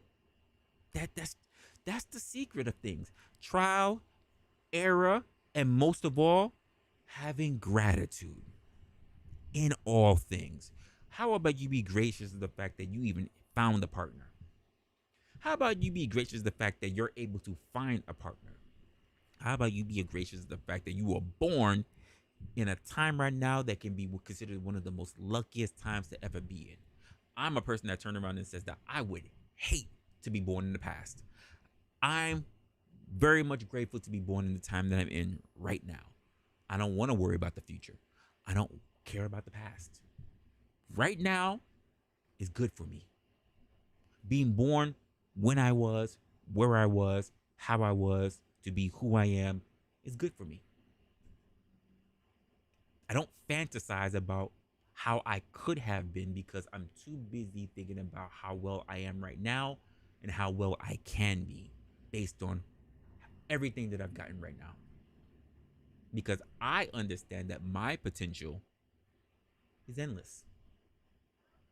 It's endless because I can see myself in different areas, not because I see someone else in their area.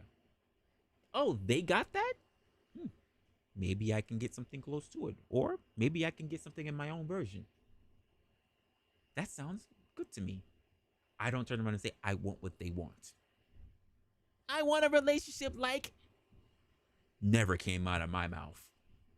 Ever. Not one day. Not a bit. Not one bit. Not one day. I don't want to emulate other people. I'm too busy trying to make sure that I have the best that I can have. I don't fantasize about what I want. I fantasize about what I can have, what I qualify for.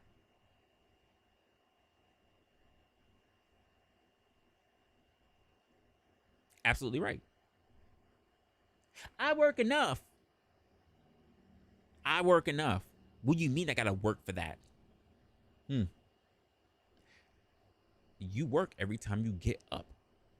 And you have to go eat, to sleep, to shit, to shower, to breathe. Your body is continuously working. Your mind should be continuously working because, quite frankly, there'll be one day where you won't be able to do any of those things. You won't be able to work your mind, to work your body, to breathe.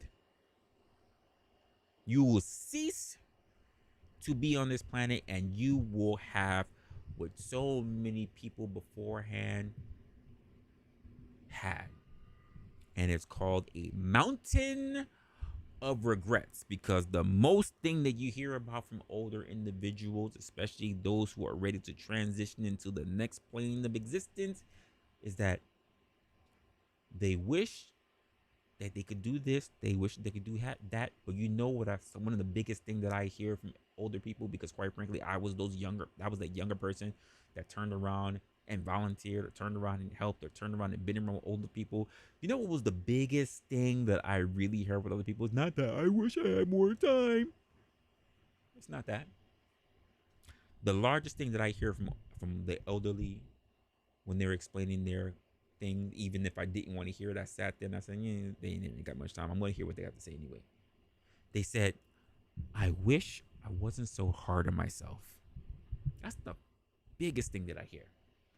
I wish I forgave myself more for the failures that I've had. I wish I wasn't so hard on myself. Because I was so hard on myself, I didn't treat other people the way I really wanted to treat them. Because I was so hard on myself, I didn't treat my husband as well as I should have. Because I was so hard on myself, I didn't treat my brother as well as I should. Because I was so hard on myself, I could not forgive other people. Because I was treating myself so harshly, I could not forgive something that I should have been able to forgive. My children. I hear more people who are at the end of their years speak so much about not being so hard on themselves. The second part is about I shouldn't have worked so hard because I should spend more time with friends, family, and doing the things that I want to do. But that first one is I wish I had given I wish I had given myself more grace. I wish I did not beat on myself so much. I wish I wasn't striving to say that I just needed everything. I wish I knew when to say that I had enough.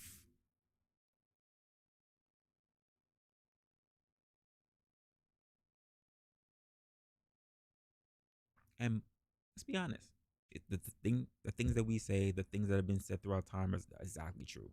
That wisdom is wasted on the old, and youth is wasted on the young.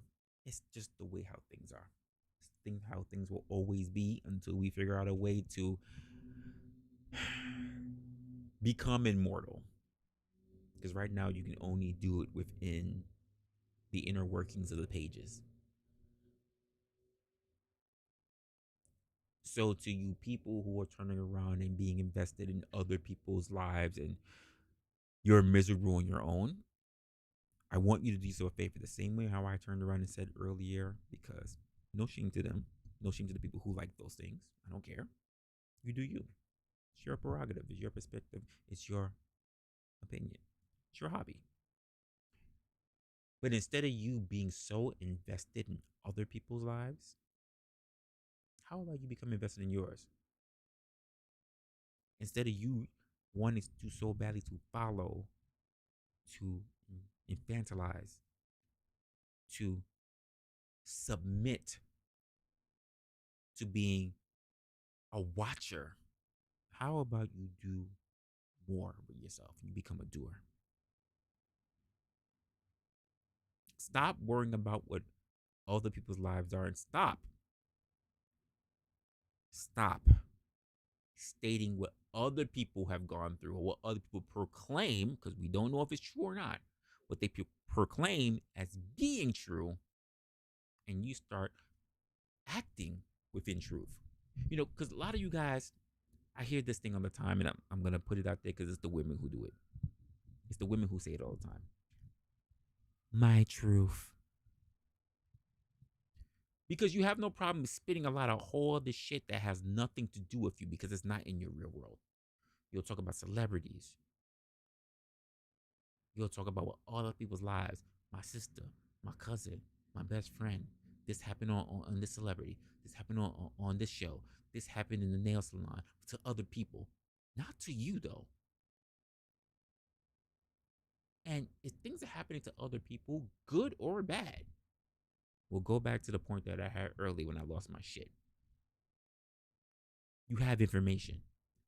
Why are you not moving accordingly? Why do you believe if you're not seeing the current results that you need to see, the current results that you want, the current results that you're measuring based on how you look at everything else, why aren't you moving accordingly? You have the information. That means you can stop. Don't look in the past. Because what you perceive as white supremacy and racism and what happened back in the 50s and what happened during slave times, whatever, ain't saving you now. And I'm speaking to black people specifically for this one. Because you guys know I don't really give a shit about the whole black thing. I'm too busy living life now. The past has already happened. There's nothing you can do to change that. I worry about the present, and I'm so keenly aware of working on the present because I'm keenly aware that my present influences the future. I say this all the time. I'm not here to influence you. I'm here to inspire you to do the best thing for you. And I ain't shit, but I inspire myself to do what I can. I'm not going to say I can live the best life, but the same way how y'all like to say I can live my best life. And I think that everybody should do that. People, go out there. Live your best life. Please. Please. Go out there and live your best life.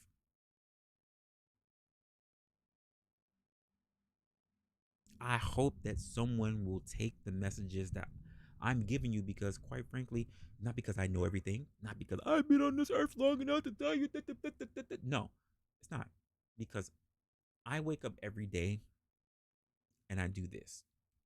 I open my eyes and I open my mind and I see the world as it's portrayed. Not through social media. I look at social media, but not through social media only. I walk outside. I see people. I have conversations. I talk to them about different things, even the stuff that happens on social media, even things sitting in local politics, even the things that we're dealing with on a regular basis. I do these things, despite the fact how much money it may cost me extra. I go out and I get a beer because it's a good way to converse with people. Because communication rules the nation. Not dick and pussy conversations. Not worrying about whether you are feminine enough or masculine enough. That doesn't help you. Or rather, it doesn't help the fact that you want to figure out who's the most masculine, who's the most feminine. You should be figuring out who's the most compatible for you and you only. I don't put myself in a position where I worry about everybody else's fucking relationship because it doesn't matter to me. What matters to me is the relationships and the people I value that I manage. And you should consider the people that are most important to you and the relationships that you cultivate that matter to you. Stop worrying about the many lives of people who you have never touched. Because when you're sitting in your coffin, if you manage to get into a coffin, some of you like urns, that's all right. Some of us want to go out like Vikings. But when you're there, you should be thinking about who are the people that you have been most around and who are the people that's going to support them when you're no longer around, and how many of those people are going to be in attendance. Let's just say you're in a funeral home. Is enough people who can say that not only that they rocked with you, that they supported you, but also the people who love them, that they come to support them over the mourning of their loss for you? Is it so fucking packed that they gotta open up the goddamn walls? That they gotta say, we can't even have this venue inside. There's too many goddamn people. We need to go outside because this person is being showered with support, showered with people that love them. And all you have to do is one thing: appreciate life, appreciate the people that you love, appreciate the people that surround you. No one else. Stop worrying about everybody. Stop worrying about what happens between everybody else's legs. Stop worrying about what happens between everybody else's legs. Stop worrying about what happens between everybody else's relationship. Because unless you're going out there with the idea, with the cause, with the gumption to effectively change everyone's life, you're just a fucking armchair quarterback. Just running your mouth. You're not really coming up with solutions. You just like talking about what everybody else talking about because you just want to feel included. Let's be honest, you're lonely. You're lonely. You just want to be included too. I don't want to sit quietly. I want to be in the conversation too. I don't want to feel like I ain't got nothing to say. I want to be in it too. I wish somebody would ask me questions. It's not important. You know what's more important? When you click off the internet.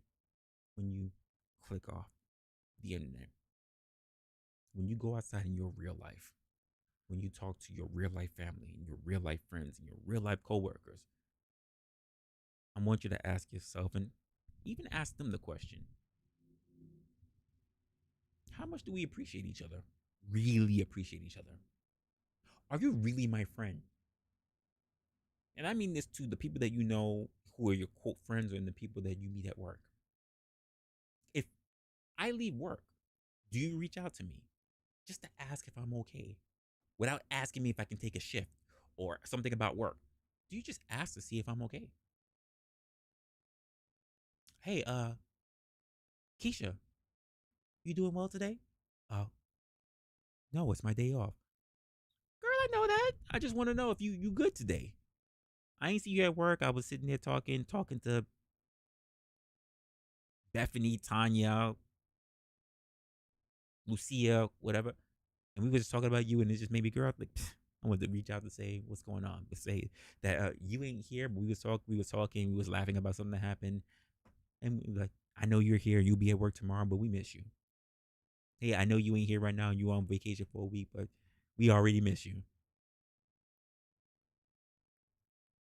How many times do we hear in this space appreciating people before they're gone? And then we we click off the internet, we click off of panels, we click off of watching the video that could have inspired us to do whatever. And we have our phones in our hand because most people, I think, these days are mobile first and so they're on their phone. And they don't reach out to people. It's been so long since I've spoken to so and so. It's gonna be weird if I reach out to them. How do you know that they're not in a position right now where they're thinking to themselves, I wish somebody would reach out to me. I'm going through something right now.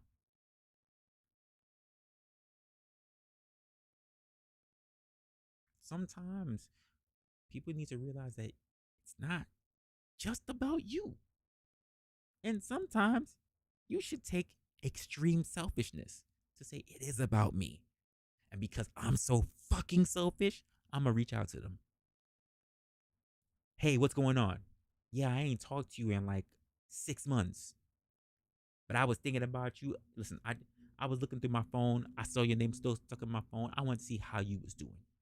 How you was doing. Word? Yeah, I'm not the best person. I'm not the best friend, whatever case may be. But I want this. You're still in my phone, so obviously you're someone that I think is still rather important. And I want to make sure I keep that connection with you. And I was thinking about you. I want to know, how are you doing? Because I care. I'm not asking anything from you. The only thing I want to know is, how have you been?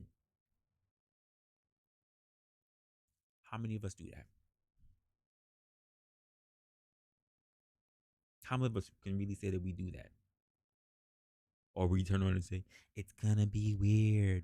Why would they expect to hear from me? Oh, I don't want to reach out to them because, quite frankly, they're gonna think that I want something from them. Let them think that, and then let them be pleasantly surprised.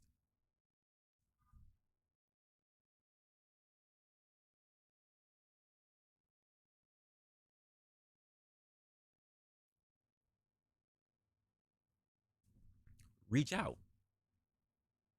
Yo, I ain't speak to this person in over a year. I still got the number in my phone for whatever reason. Call the number.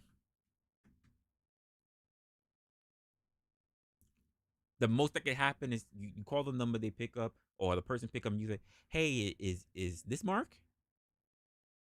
Oh, yo, yeah, you still got this number? Oh, yeah. You remember me? Yeah, I remember you. What's going on? Nothing. I was sitting there thinking about you. I was still looking at my phone. I saw your number in my contacts or whatever. I really thought that we rock well with each other. I thought we was really good people from whatever base may be. I just wanted to know how you was doing. Just catching up on all people that I think were rather important to me. And you happen to be one of those people. Who's going to shy away from that? Who's going to say, man, fuck you, for saying that I was thinking about you? Because I think you're important to me. At some point, you were important to me. And at some point, I thought of you as more than just a colleague. I thought of you as more than just my mentor. I thought of you as just more than just my teacher.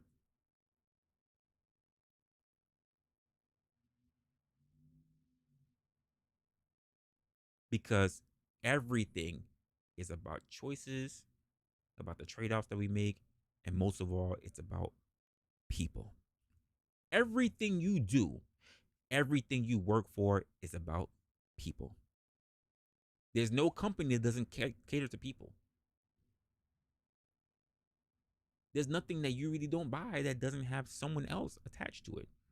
Whether it's your goods that you get, products that you buy, or whether the fact that you're bored, how you entertain yourself, it's all connected to another person.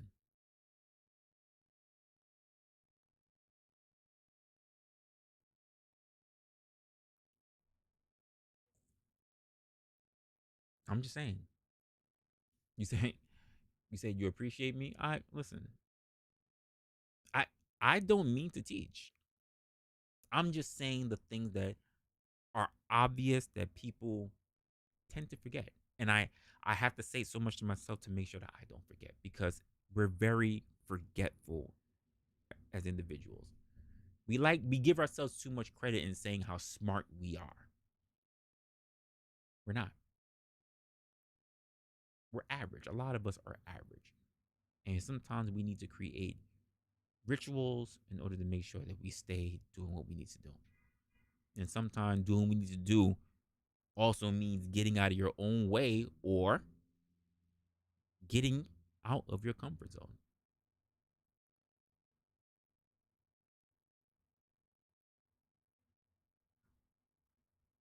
And that's just the way I look at it. Anyone, listen, and for those who do not know, right? For those who don't know, I guess I'm gonna kind of make this. No, you know what? I'm gonna save that for another time. I'm gonna save that for another time. I'm not ready to give you yet because I don't want it to seem like a complaint. But that's pretty much how I look at it. I think that we need to do better when it comes to one another, to do better by each other. And quite frankly, I think that we can all gain a level of insight that can be rather good. That's just my thoughts, though. You guys, tell me how you think. Tell me how you think, guys. That's gonna be pretty much it for my show. I don't want this to be a long one. I want to actually give you back in your day. This was a pretty good one. I have some other things I need to worry about as well. Oh, Miss Raven, thanks for coming in. Thanks for coming in. So, what if you realize one day, one day, you are the only one who ever reaches out? Uh, these people may not be the people for you. So, there are some that I realize where I understand that if they don't pick up the phone or they don't email, I'll put it this way.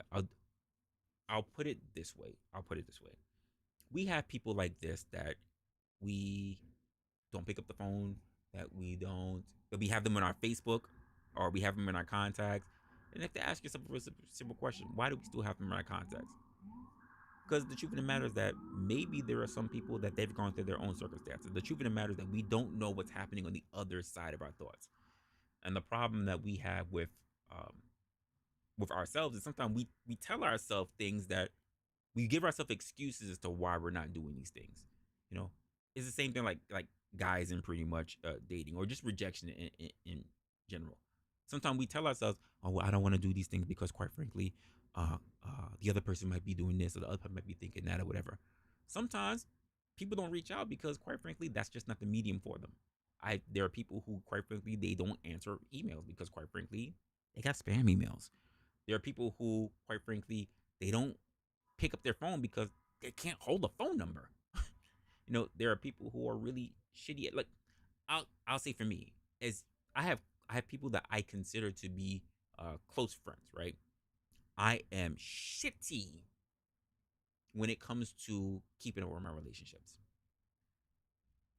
I will reach out, I will text, I will do whatever I gotta do, but it's really to select the people because they're the people who I'm most comfortable with or whatever. Like, I know if there was a jam, I could really reach out to these people. Other people, I'm just like, so. But I also learned not uh, um, to put burdens on my relationships. Now, you say, what if the people that you're the only person that's reaching out? I would say you question those relationships because here's the truth of the matter: there are people who get guilty about not keeping up with relationships. There are people who feel guilty about, I haven't reached out with them for a while, you know, or I reach out to this person and they don't reach out back to me because truth of the matter, maybe they're busy, or they could maybe even be like me. I'm talking about this guy. Maybe they're shitty at going back and forth communication. Maybe they're awkward. Sometimes when we have communication with people, to be honest with you, we don't really state a strong intention. We just expect that people are going to be as communicative, or rather as ecstatic as we are in our relationship than they are. So, for instance, Miss Raven, you ever heard the situation when it comes to people when they turn around and say, "That's my best friend," but to the person that they're talking about, they have someone else that they consider them best friend. So that's your best friend, but to them, they have somebody that's their best friend. You're not necessarily their best friend. People that are like that. They're just people who are like that.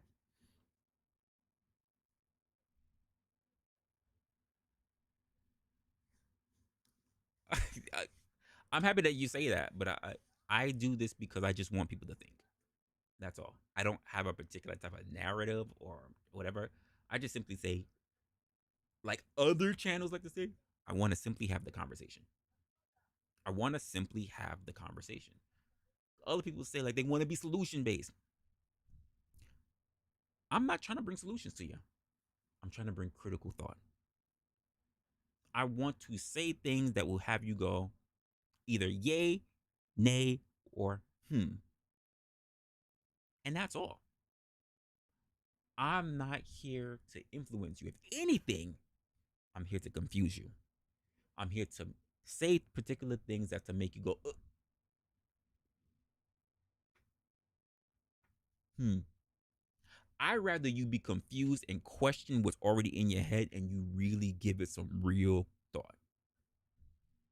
I'm not here to convince you. I'm not here to persuade you, even though I can be persuasive. Yvette, I can be very persuasive. I can be persuasive, but that's not my role or responsibility. It's not. I am having a very hot day. I turn on my AC, then it gets too hot, then I turn it off. Like it's one of those weird days.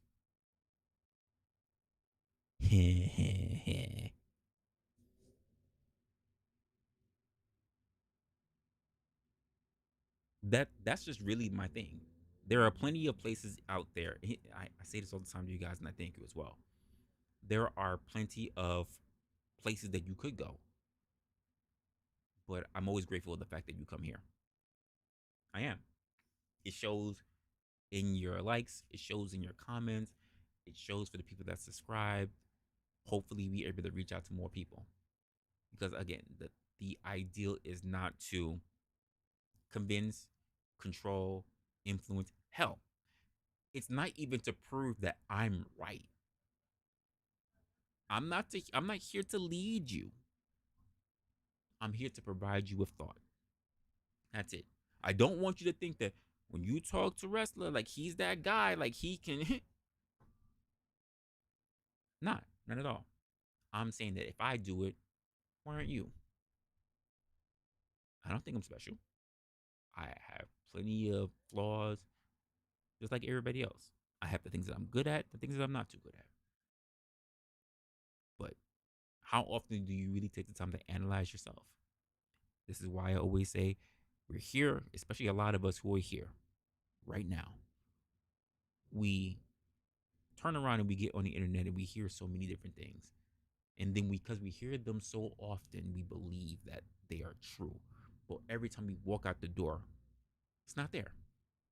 But it must be true because I hear it all the time. Influence, indoctrination is very real. It's like Stockholm syndrome. Oh, I love my oppressor. I love my oppressor. I love when they choke me and throw me against the wall and tell me not to move because I keep trying to escape. Yvette, you won't escape. You won't escape me.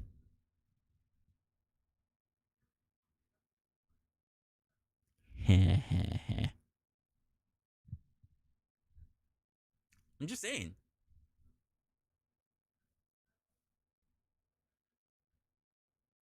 We just need to have real thoughts about what's going on with ourselves and the things that we hear. Which is why I say when you talk, when you open your mouth, whether you're on these panels, whether you're out in the real world, when you open your mouth and you choose to speak, Be mindful of the words that you are using, because when you open your mouth, you tell the world who you are. You absolutely do. When you're having conversations, I want you to be thoughtful and think about your approach this way. Choose to by your own volition. When you speak to people, speak as if you have an audience listening to every word that you say. The conversation is being held by you, but that doesn't mean it's for you. When you speak to other people, yes, you're having maybe even a one-on-one conversation with somebody, but speak as if someone else is eavesdropping and they may be influenced by what you're saying, because they may be able to pick up some gems that, quite frankly, you don't know what's going on through their lives, and it could be the thing that helps shape it. That could be the thing that helps them out to get them through the thing that they're going through. I always say the communication is very important, and sometimes we say too much of the same stuff because other people are saying the same thing. This is why I can't stand it when I get around particular people. Like you guys have seen it. You've seen enough social media. You've seen enough debauchery. You've seen enough all this stuff. You know what's one of the things that annoy me? Traits that can easily be broken, but we feel free to hold on to it. Like the filler words. They're hard to break, right? Those are the things that I tend to forgive unless they're overly used. But here's other filler words. Instead of just ending things with a period, you ever met somebody that turn around and every time they end their sentence, it's, you know what I mean? You know what I mean? You know what I mean? Yo, we just here talking in the chat. You know what I mean? We just here watching these videos, watching all the stuff going on. You know what I mean? And I'm just being a real dude out here in the street. You know what I mean? Just trying to get out this money up here. You know what I mean? Getting out here, getting all the hoes. You know what I mean? Just out here, just trying to go out and just working for the man and just making all this bread. You know what I mean? Just trying to pay this paper. You know what I mean? Just paying all these bills. You know what I mean? Just got to pick up the kids from school. You know what I mean? Limited vocabulary. Please, people, please do more. Do more. Read more. Be intentional. And pay attention.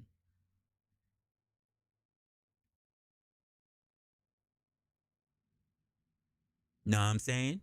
Know what I mean? Oh, like. Exactly. Like. You know what I mean? You know what I mean? Like, like, like I was saying, like that thing. That's another thing that gets on my, when people can't describe things, they say thing for everything, thing, that thing, this thing, those things, our thing, my thing, your thing. They never describe what the fuck is it that they're talking about. Tasha's things, Joe's things, the teacher's things, the driver's things. It's annoying. People are not taught, quite frank, people are not taught critical thought. They're given the bare bones, if they're given the bare bones. And because we don't even realize it, people are producing little. They're producing little in thought. They're producing little in speech. They're producing little in clarity. But yet we expect so much from them. This is why we go back to the point, CCD, when we were talking about companies and politics treat us like idiots, right? Let's be honest. Because I talk to people who are like libs and they turn around and say, yo, because I said this before and I wasn't lying when they said it. They said, I'm not gonna lie.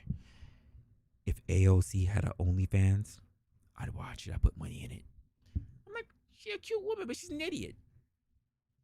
But how did she get there?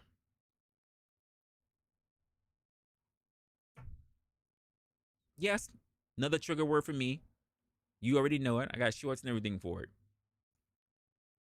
I'm so tired. Like, I could make a video on words. I could make a video words that need to die in 2024, terms that need to die in 2024. But that video would be long. It would be.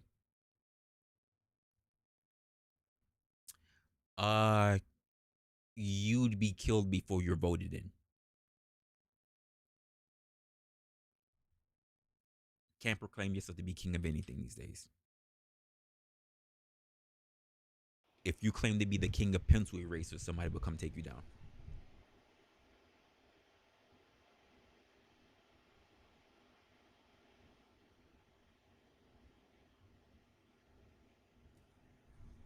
You said unpresidential.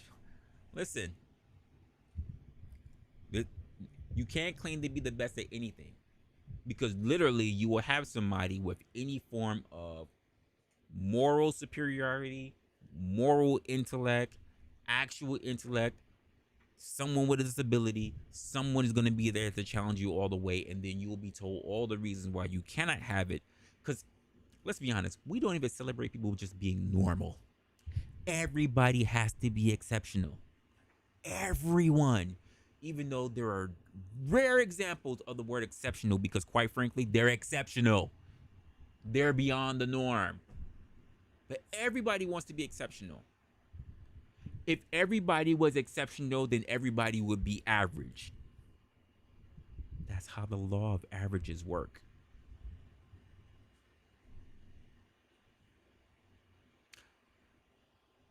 But you know what?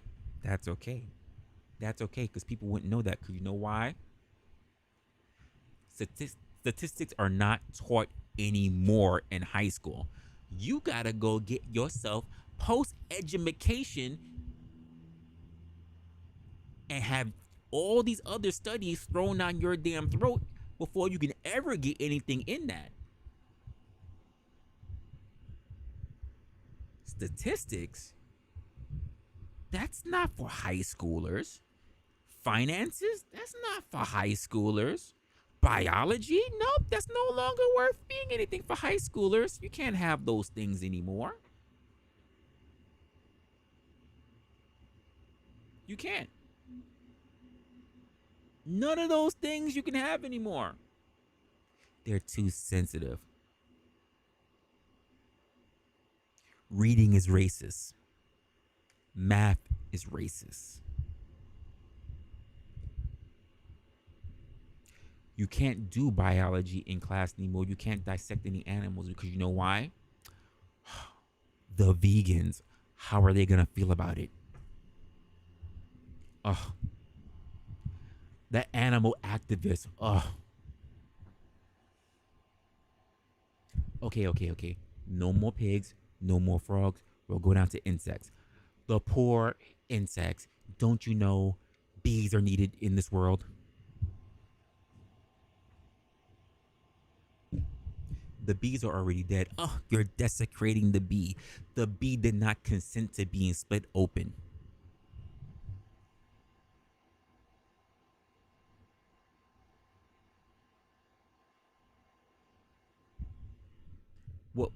What more do we want? CCZ, to go back to your point before, 'cause it's still a great point. I'm loving the fact you brought it up, but it kind of got me on my soapbox. Like, we see the signs. Instead of worrying about what our predecessors did, when I say predecessors, I mean even your family.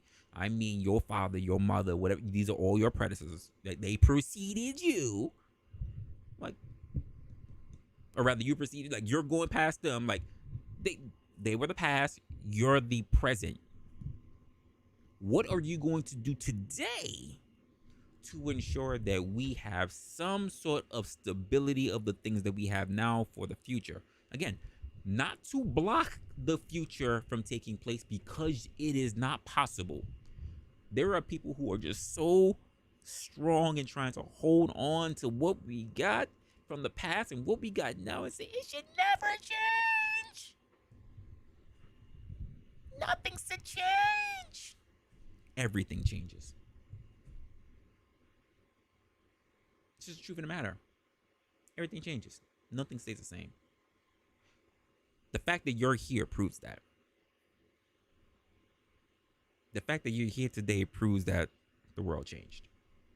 If you are a first generation, second generation immigrant, the fact that you're here today proves that.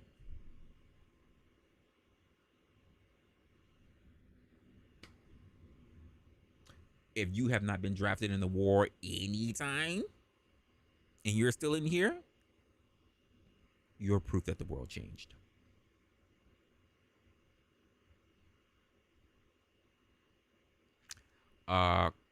Sir, let's just dive into that.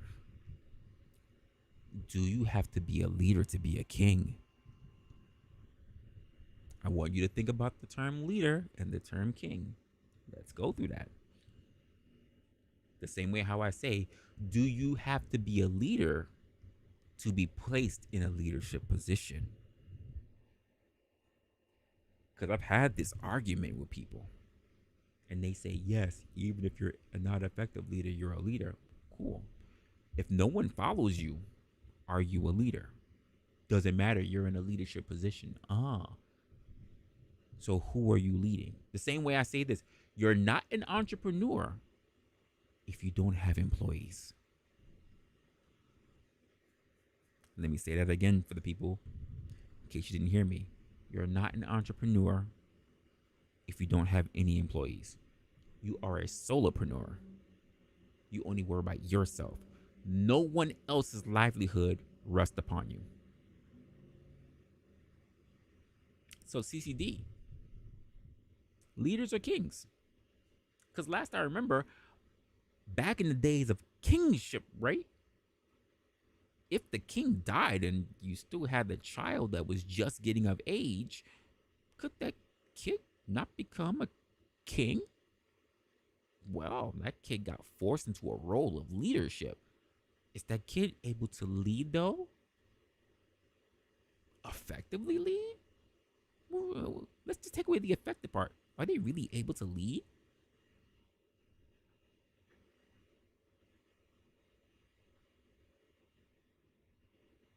It's a thought. It's a thought. And then we have the arguments that happen out here in the streets about what type of leader, a leader are you? Leaders lead from the front. Then you have leaders lead from the back. Then leaders eat last. Which one is it? Because I would say that they're all and maybe none of it.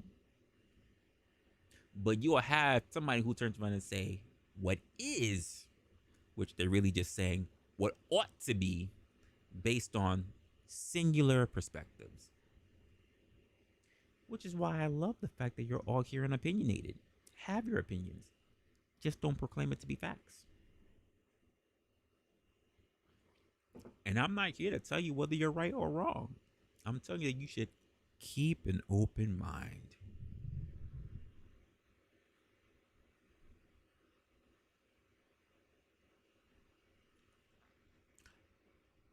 So, if the regents are helping them, right? Let's just say this is a child. They're 16. Less than 16. Because kings were like 14 and shit like that if the king got X-nayed on the battlefield. You could be 12, fucking 10, not even just barely double digits, barely getting off the mom's teat, and now you gotta rule the land, right? What would you know about what the regents are able to tell you, right? And how did the regents become regents? Mainly because they were already leaders. Which is why the regents mainly did this. They ran the land until the child was of age. And let's be honest, that didn't work out very well. It didn't work out very well.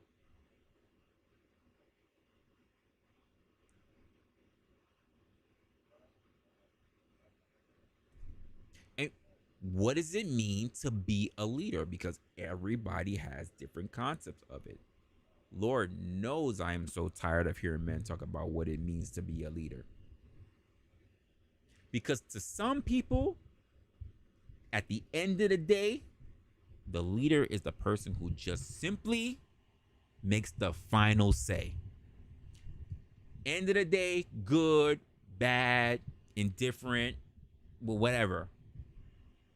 They're just simply the person who makes the last call. End of the day. Ship's going down, we'll be going down with it. You don't think it's a good idea? Cool. Tough shit. I made the call. I made a call. Quarterback, I think that we should blitz. I don't care. Hail Marys all day. I made a call. You can't go against the quarterback, right? That's your leader.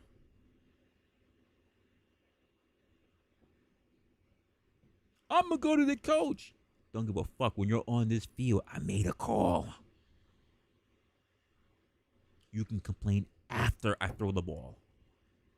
I made a call. We're on the field. I made a call.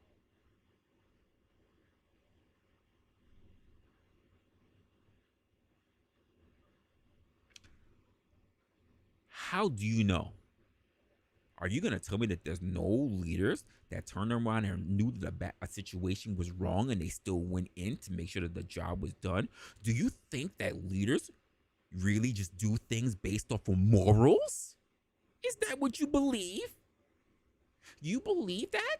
You believe that that morality has a strong bind to leadership? Really? You don't believe that there are people that just know that they ain't shit or just know that the situation is totally snafu and they still go in? Oh, really? They're not leaders? Really? So you think that when we have platoon of teams that are walking in, that they have the right to have a subjective moral? For instance, you got, let's just say you, CCD. No. You, CCD. No. You, your leadership. You, CCD, right? You're on a battlefield. You are in Baghdad or whatever, right? You got to start clearing houses. Upon your way to clear one of the houses, you see a little girl sitting outside. That little girl is waving to you guys, and she's got an RPG strapped to your back. Do you shoot the bitch? Yes or no? Little girl got an RPG hoisted across her, ready to pick it up. Do you shoot the bitch? Yes or no? Let's go, morality, leader. The right thing to do. Give it to me now. Yes? Oh, no. Your morals, that's the wrong thing to do. If you're going to go by morality, how is that the right thing? Is she a threat? Did she start aiming? You just immediately going to shoot a child? Is that what you're going to do? You're going to shoot a child. She didn't aim at your team or anything. You're going to shoot the child? Your goal is to protect the troops. Were your troops in danger if she didn't aim at you? Were your troops in any danger? What are you protecting from? Did she aim at you? Is she considered a threat? Did she aim at you? I thought you were supposed to be making sure that you make sure you knew what all your targets were and all your moves were supposed to be precise. Precise. I said it was across her back, sir. Roll the tape back. I said behind her back, strapped to her back. I was specific. I was. I said she had an RPG on her back. I said it. Go back and listen. I'll give you time. Ain't no rush. I ain't in no rush.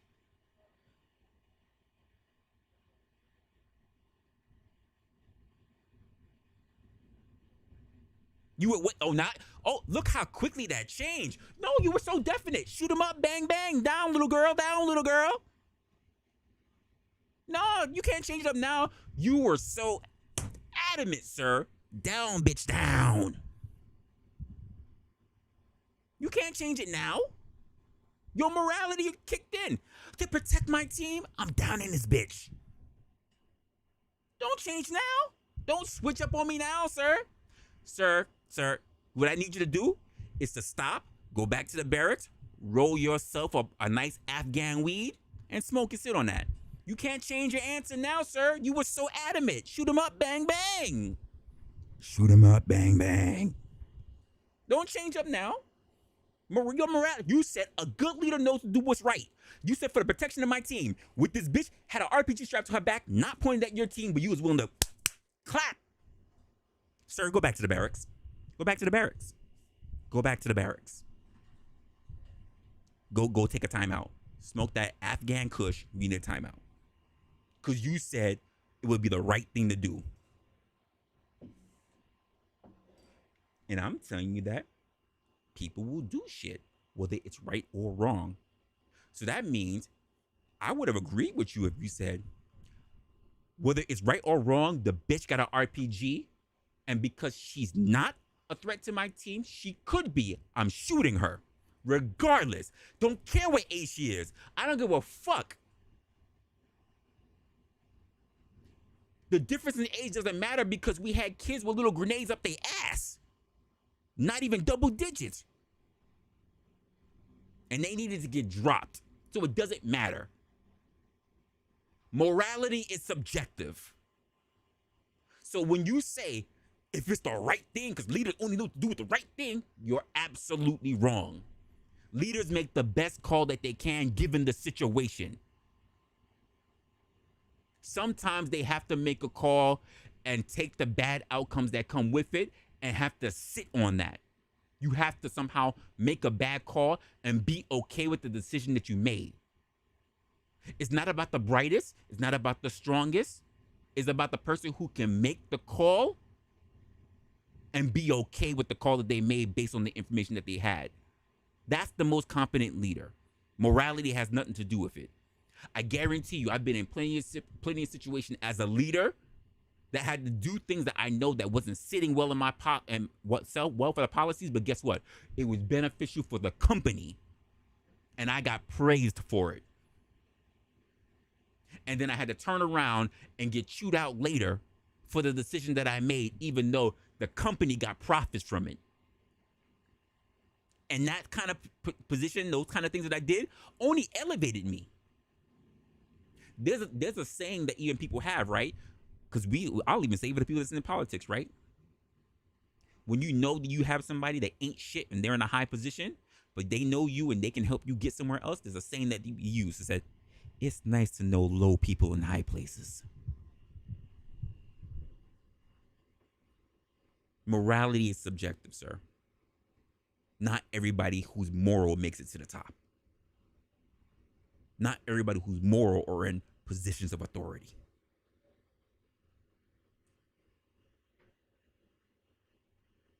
I'm sorry, but the whole good versus evil thing, that's subjective. Right versus wrong is subjective. Sorry. And that's the way of the world. When you're fighting when America's fighting against Russia, we said, we hate them. They're the enemy. They're wrong. They're Satanists. They're all the stuff. In their minds, we were that. It's subjective. You move based on the information that you have of what's given to you because you're not inclined to know everything. You're inclined to make the best decision possible. And your decision, sir, was to bust a cap in that little girl's ass. And I'm not even saying that you were wrong. But she wasn't a threat.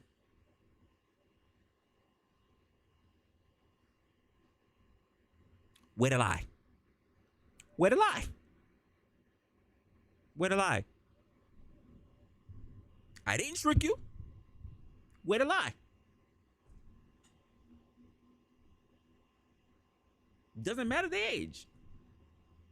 I said little girl. That little's enough. And that's the truth about the world in general.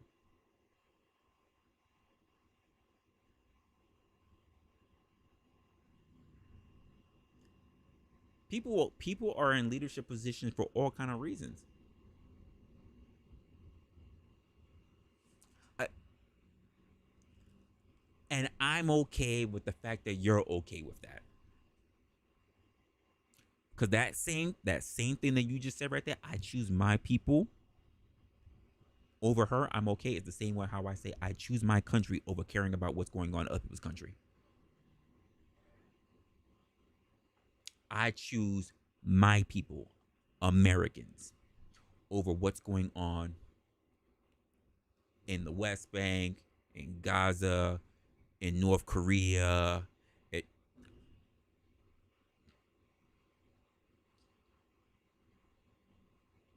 on the tertiary ladder, it's near the bottom. It's near the bottom. Why am I sitting here worrying about what's going on in Israel when I got to worry about all the people from fucking Colombia, Venezuela, and everything coming up here?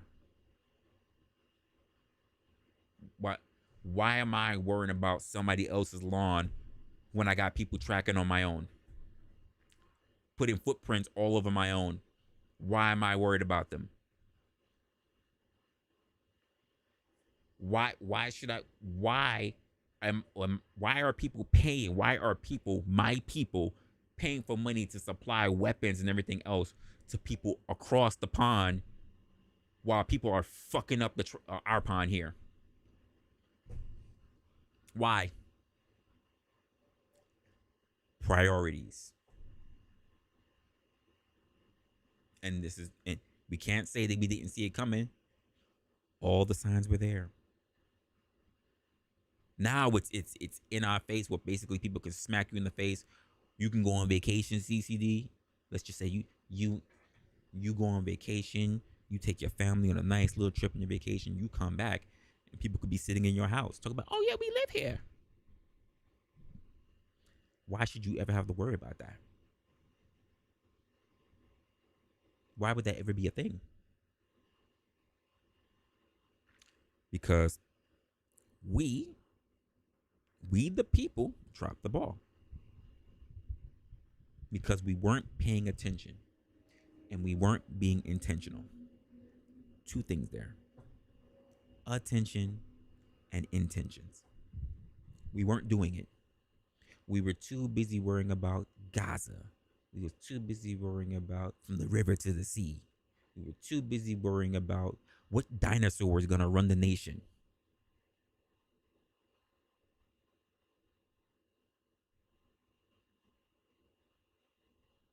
Too busy worrying about whether Ukraine is going to get assimilated back into Russia. Too busy. They straight up Houdini the entire nation.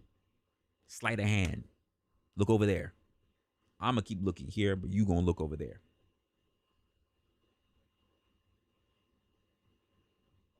What more can you say? And again, so on our country, so on us. I may have been looking, but it's not just about me. So I have to say us. The same way how I don't turn around and say, not my president. If the majority voted for him, he's my president, regardless of how I feel about it. When people say, not my president, it doesn't matter. If they're the person in office, they call the shots, he's your fucking president. Like him or not. I didn't vote for him. Doesn't fucking matter. You didn't vote for your CEO, but they're still the head of the company you working at. Shut the fuck up.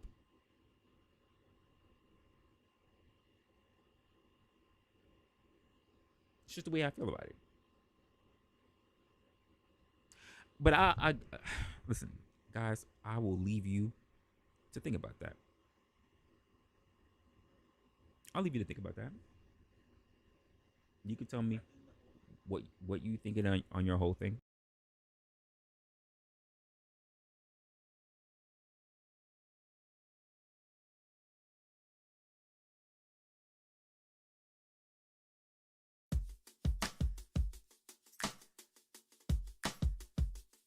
I'm going to give you back your time, and we're going to move on to the rest of our world.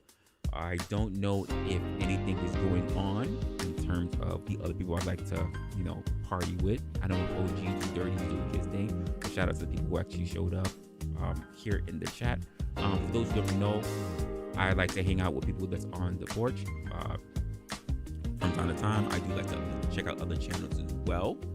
By the way, in case you didn't realize it, for some reason, I don't know why, because I'm putting up this stuff enough, but I am on multiple mediums. Some of them I don't really work on as much, but if I get a notification, I do look at them. So I am on Twitter, that's _Resla. I am also on Instagram at Resla Opinionated. And of course, if you want to reach out to me, but also be able to just say what's up, give you a little dissertation, maybe even give me a little bit of flack, which is all right. What you can do is that you can reach out to me at wrestleropinionated@gmail.com. That's wrestleopinionated@gmail.com. If it's too much for you to spell, look down in the description box down below. It's there as well. And I don't really like to ask for this. I'm really not going to ask for this, but if you do want to show support, please, you can be able to reach out to me at Cash App at $Resla or at PayPal, which is, of course, @Resla2. Don't know who took Resla 1 or just Resla in general. If you find them, kick their ass and tell them I sent you. And on top of that, I want to say that you guys should have a great time for yourself. Say, subscribe, like, if you're into that kind of thing. I don't know why I just got a big bump in that music part. I'll have to figure that part out as I do a lot of technical review. Guys, I will see you in the next one. You know that we go live on Wednesdays and Saturdays for sure at 4 p.m. Eastern, my time, not your time, Eastern. I'm in New York City, that's East. I get the sun first, so please, show up on time, wake up a little bit earlier, for me. And until then, you stay safe. I will see you in the next one. And until then,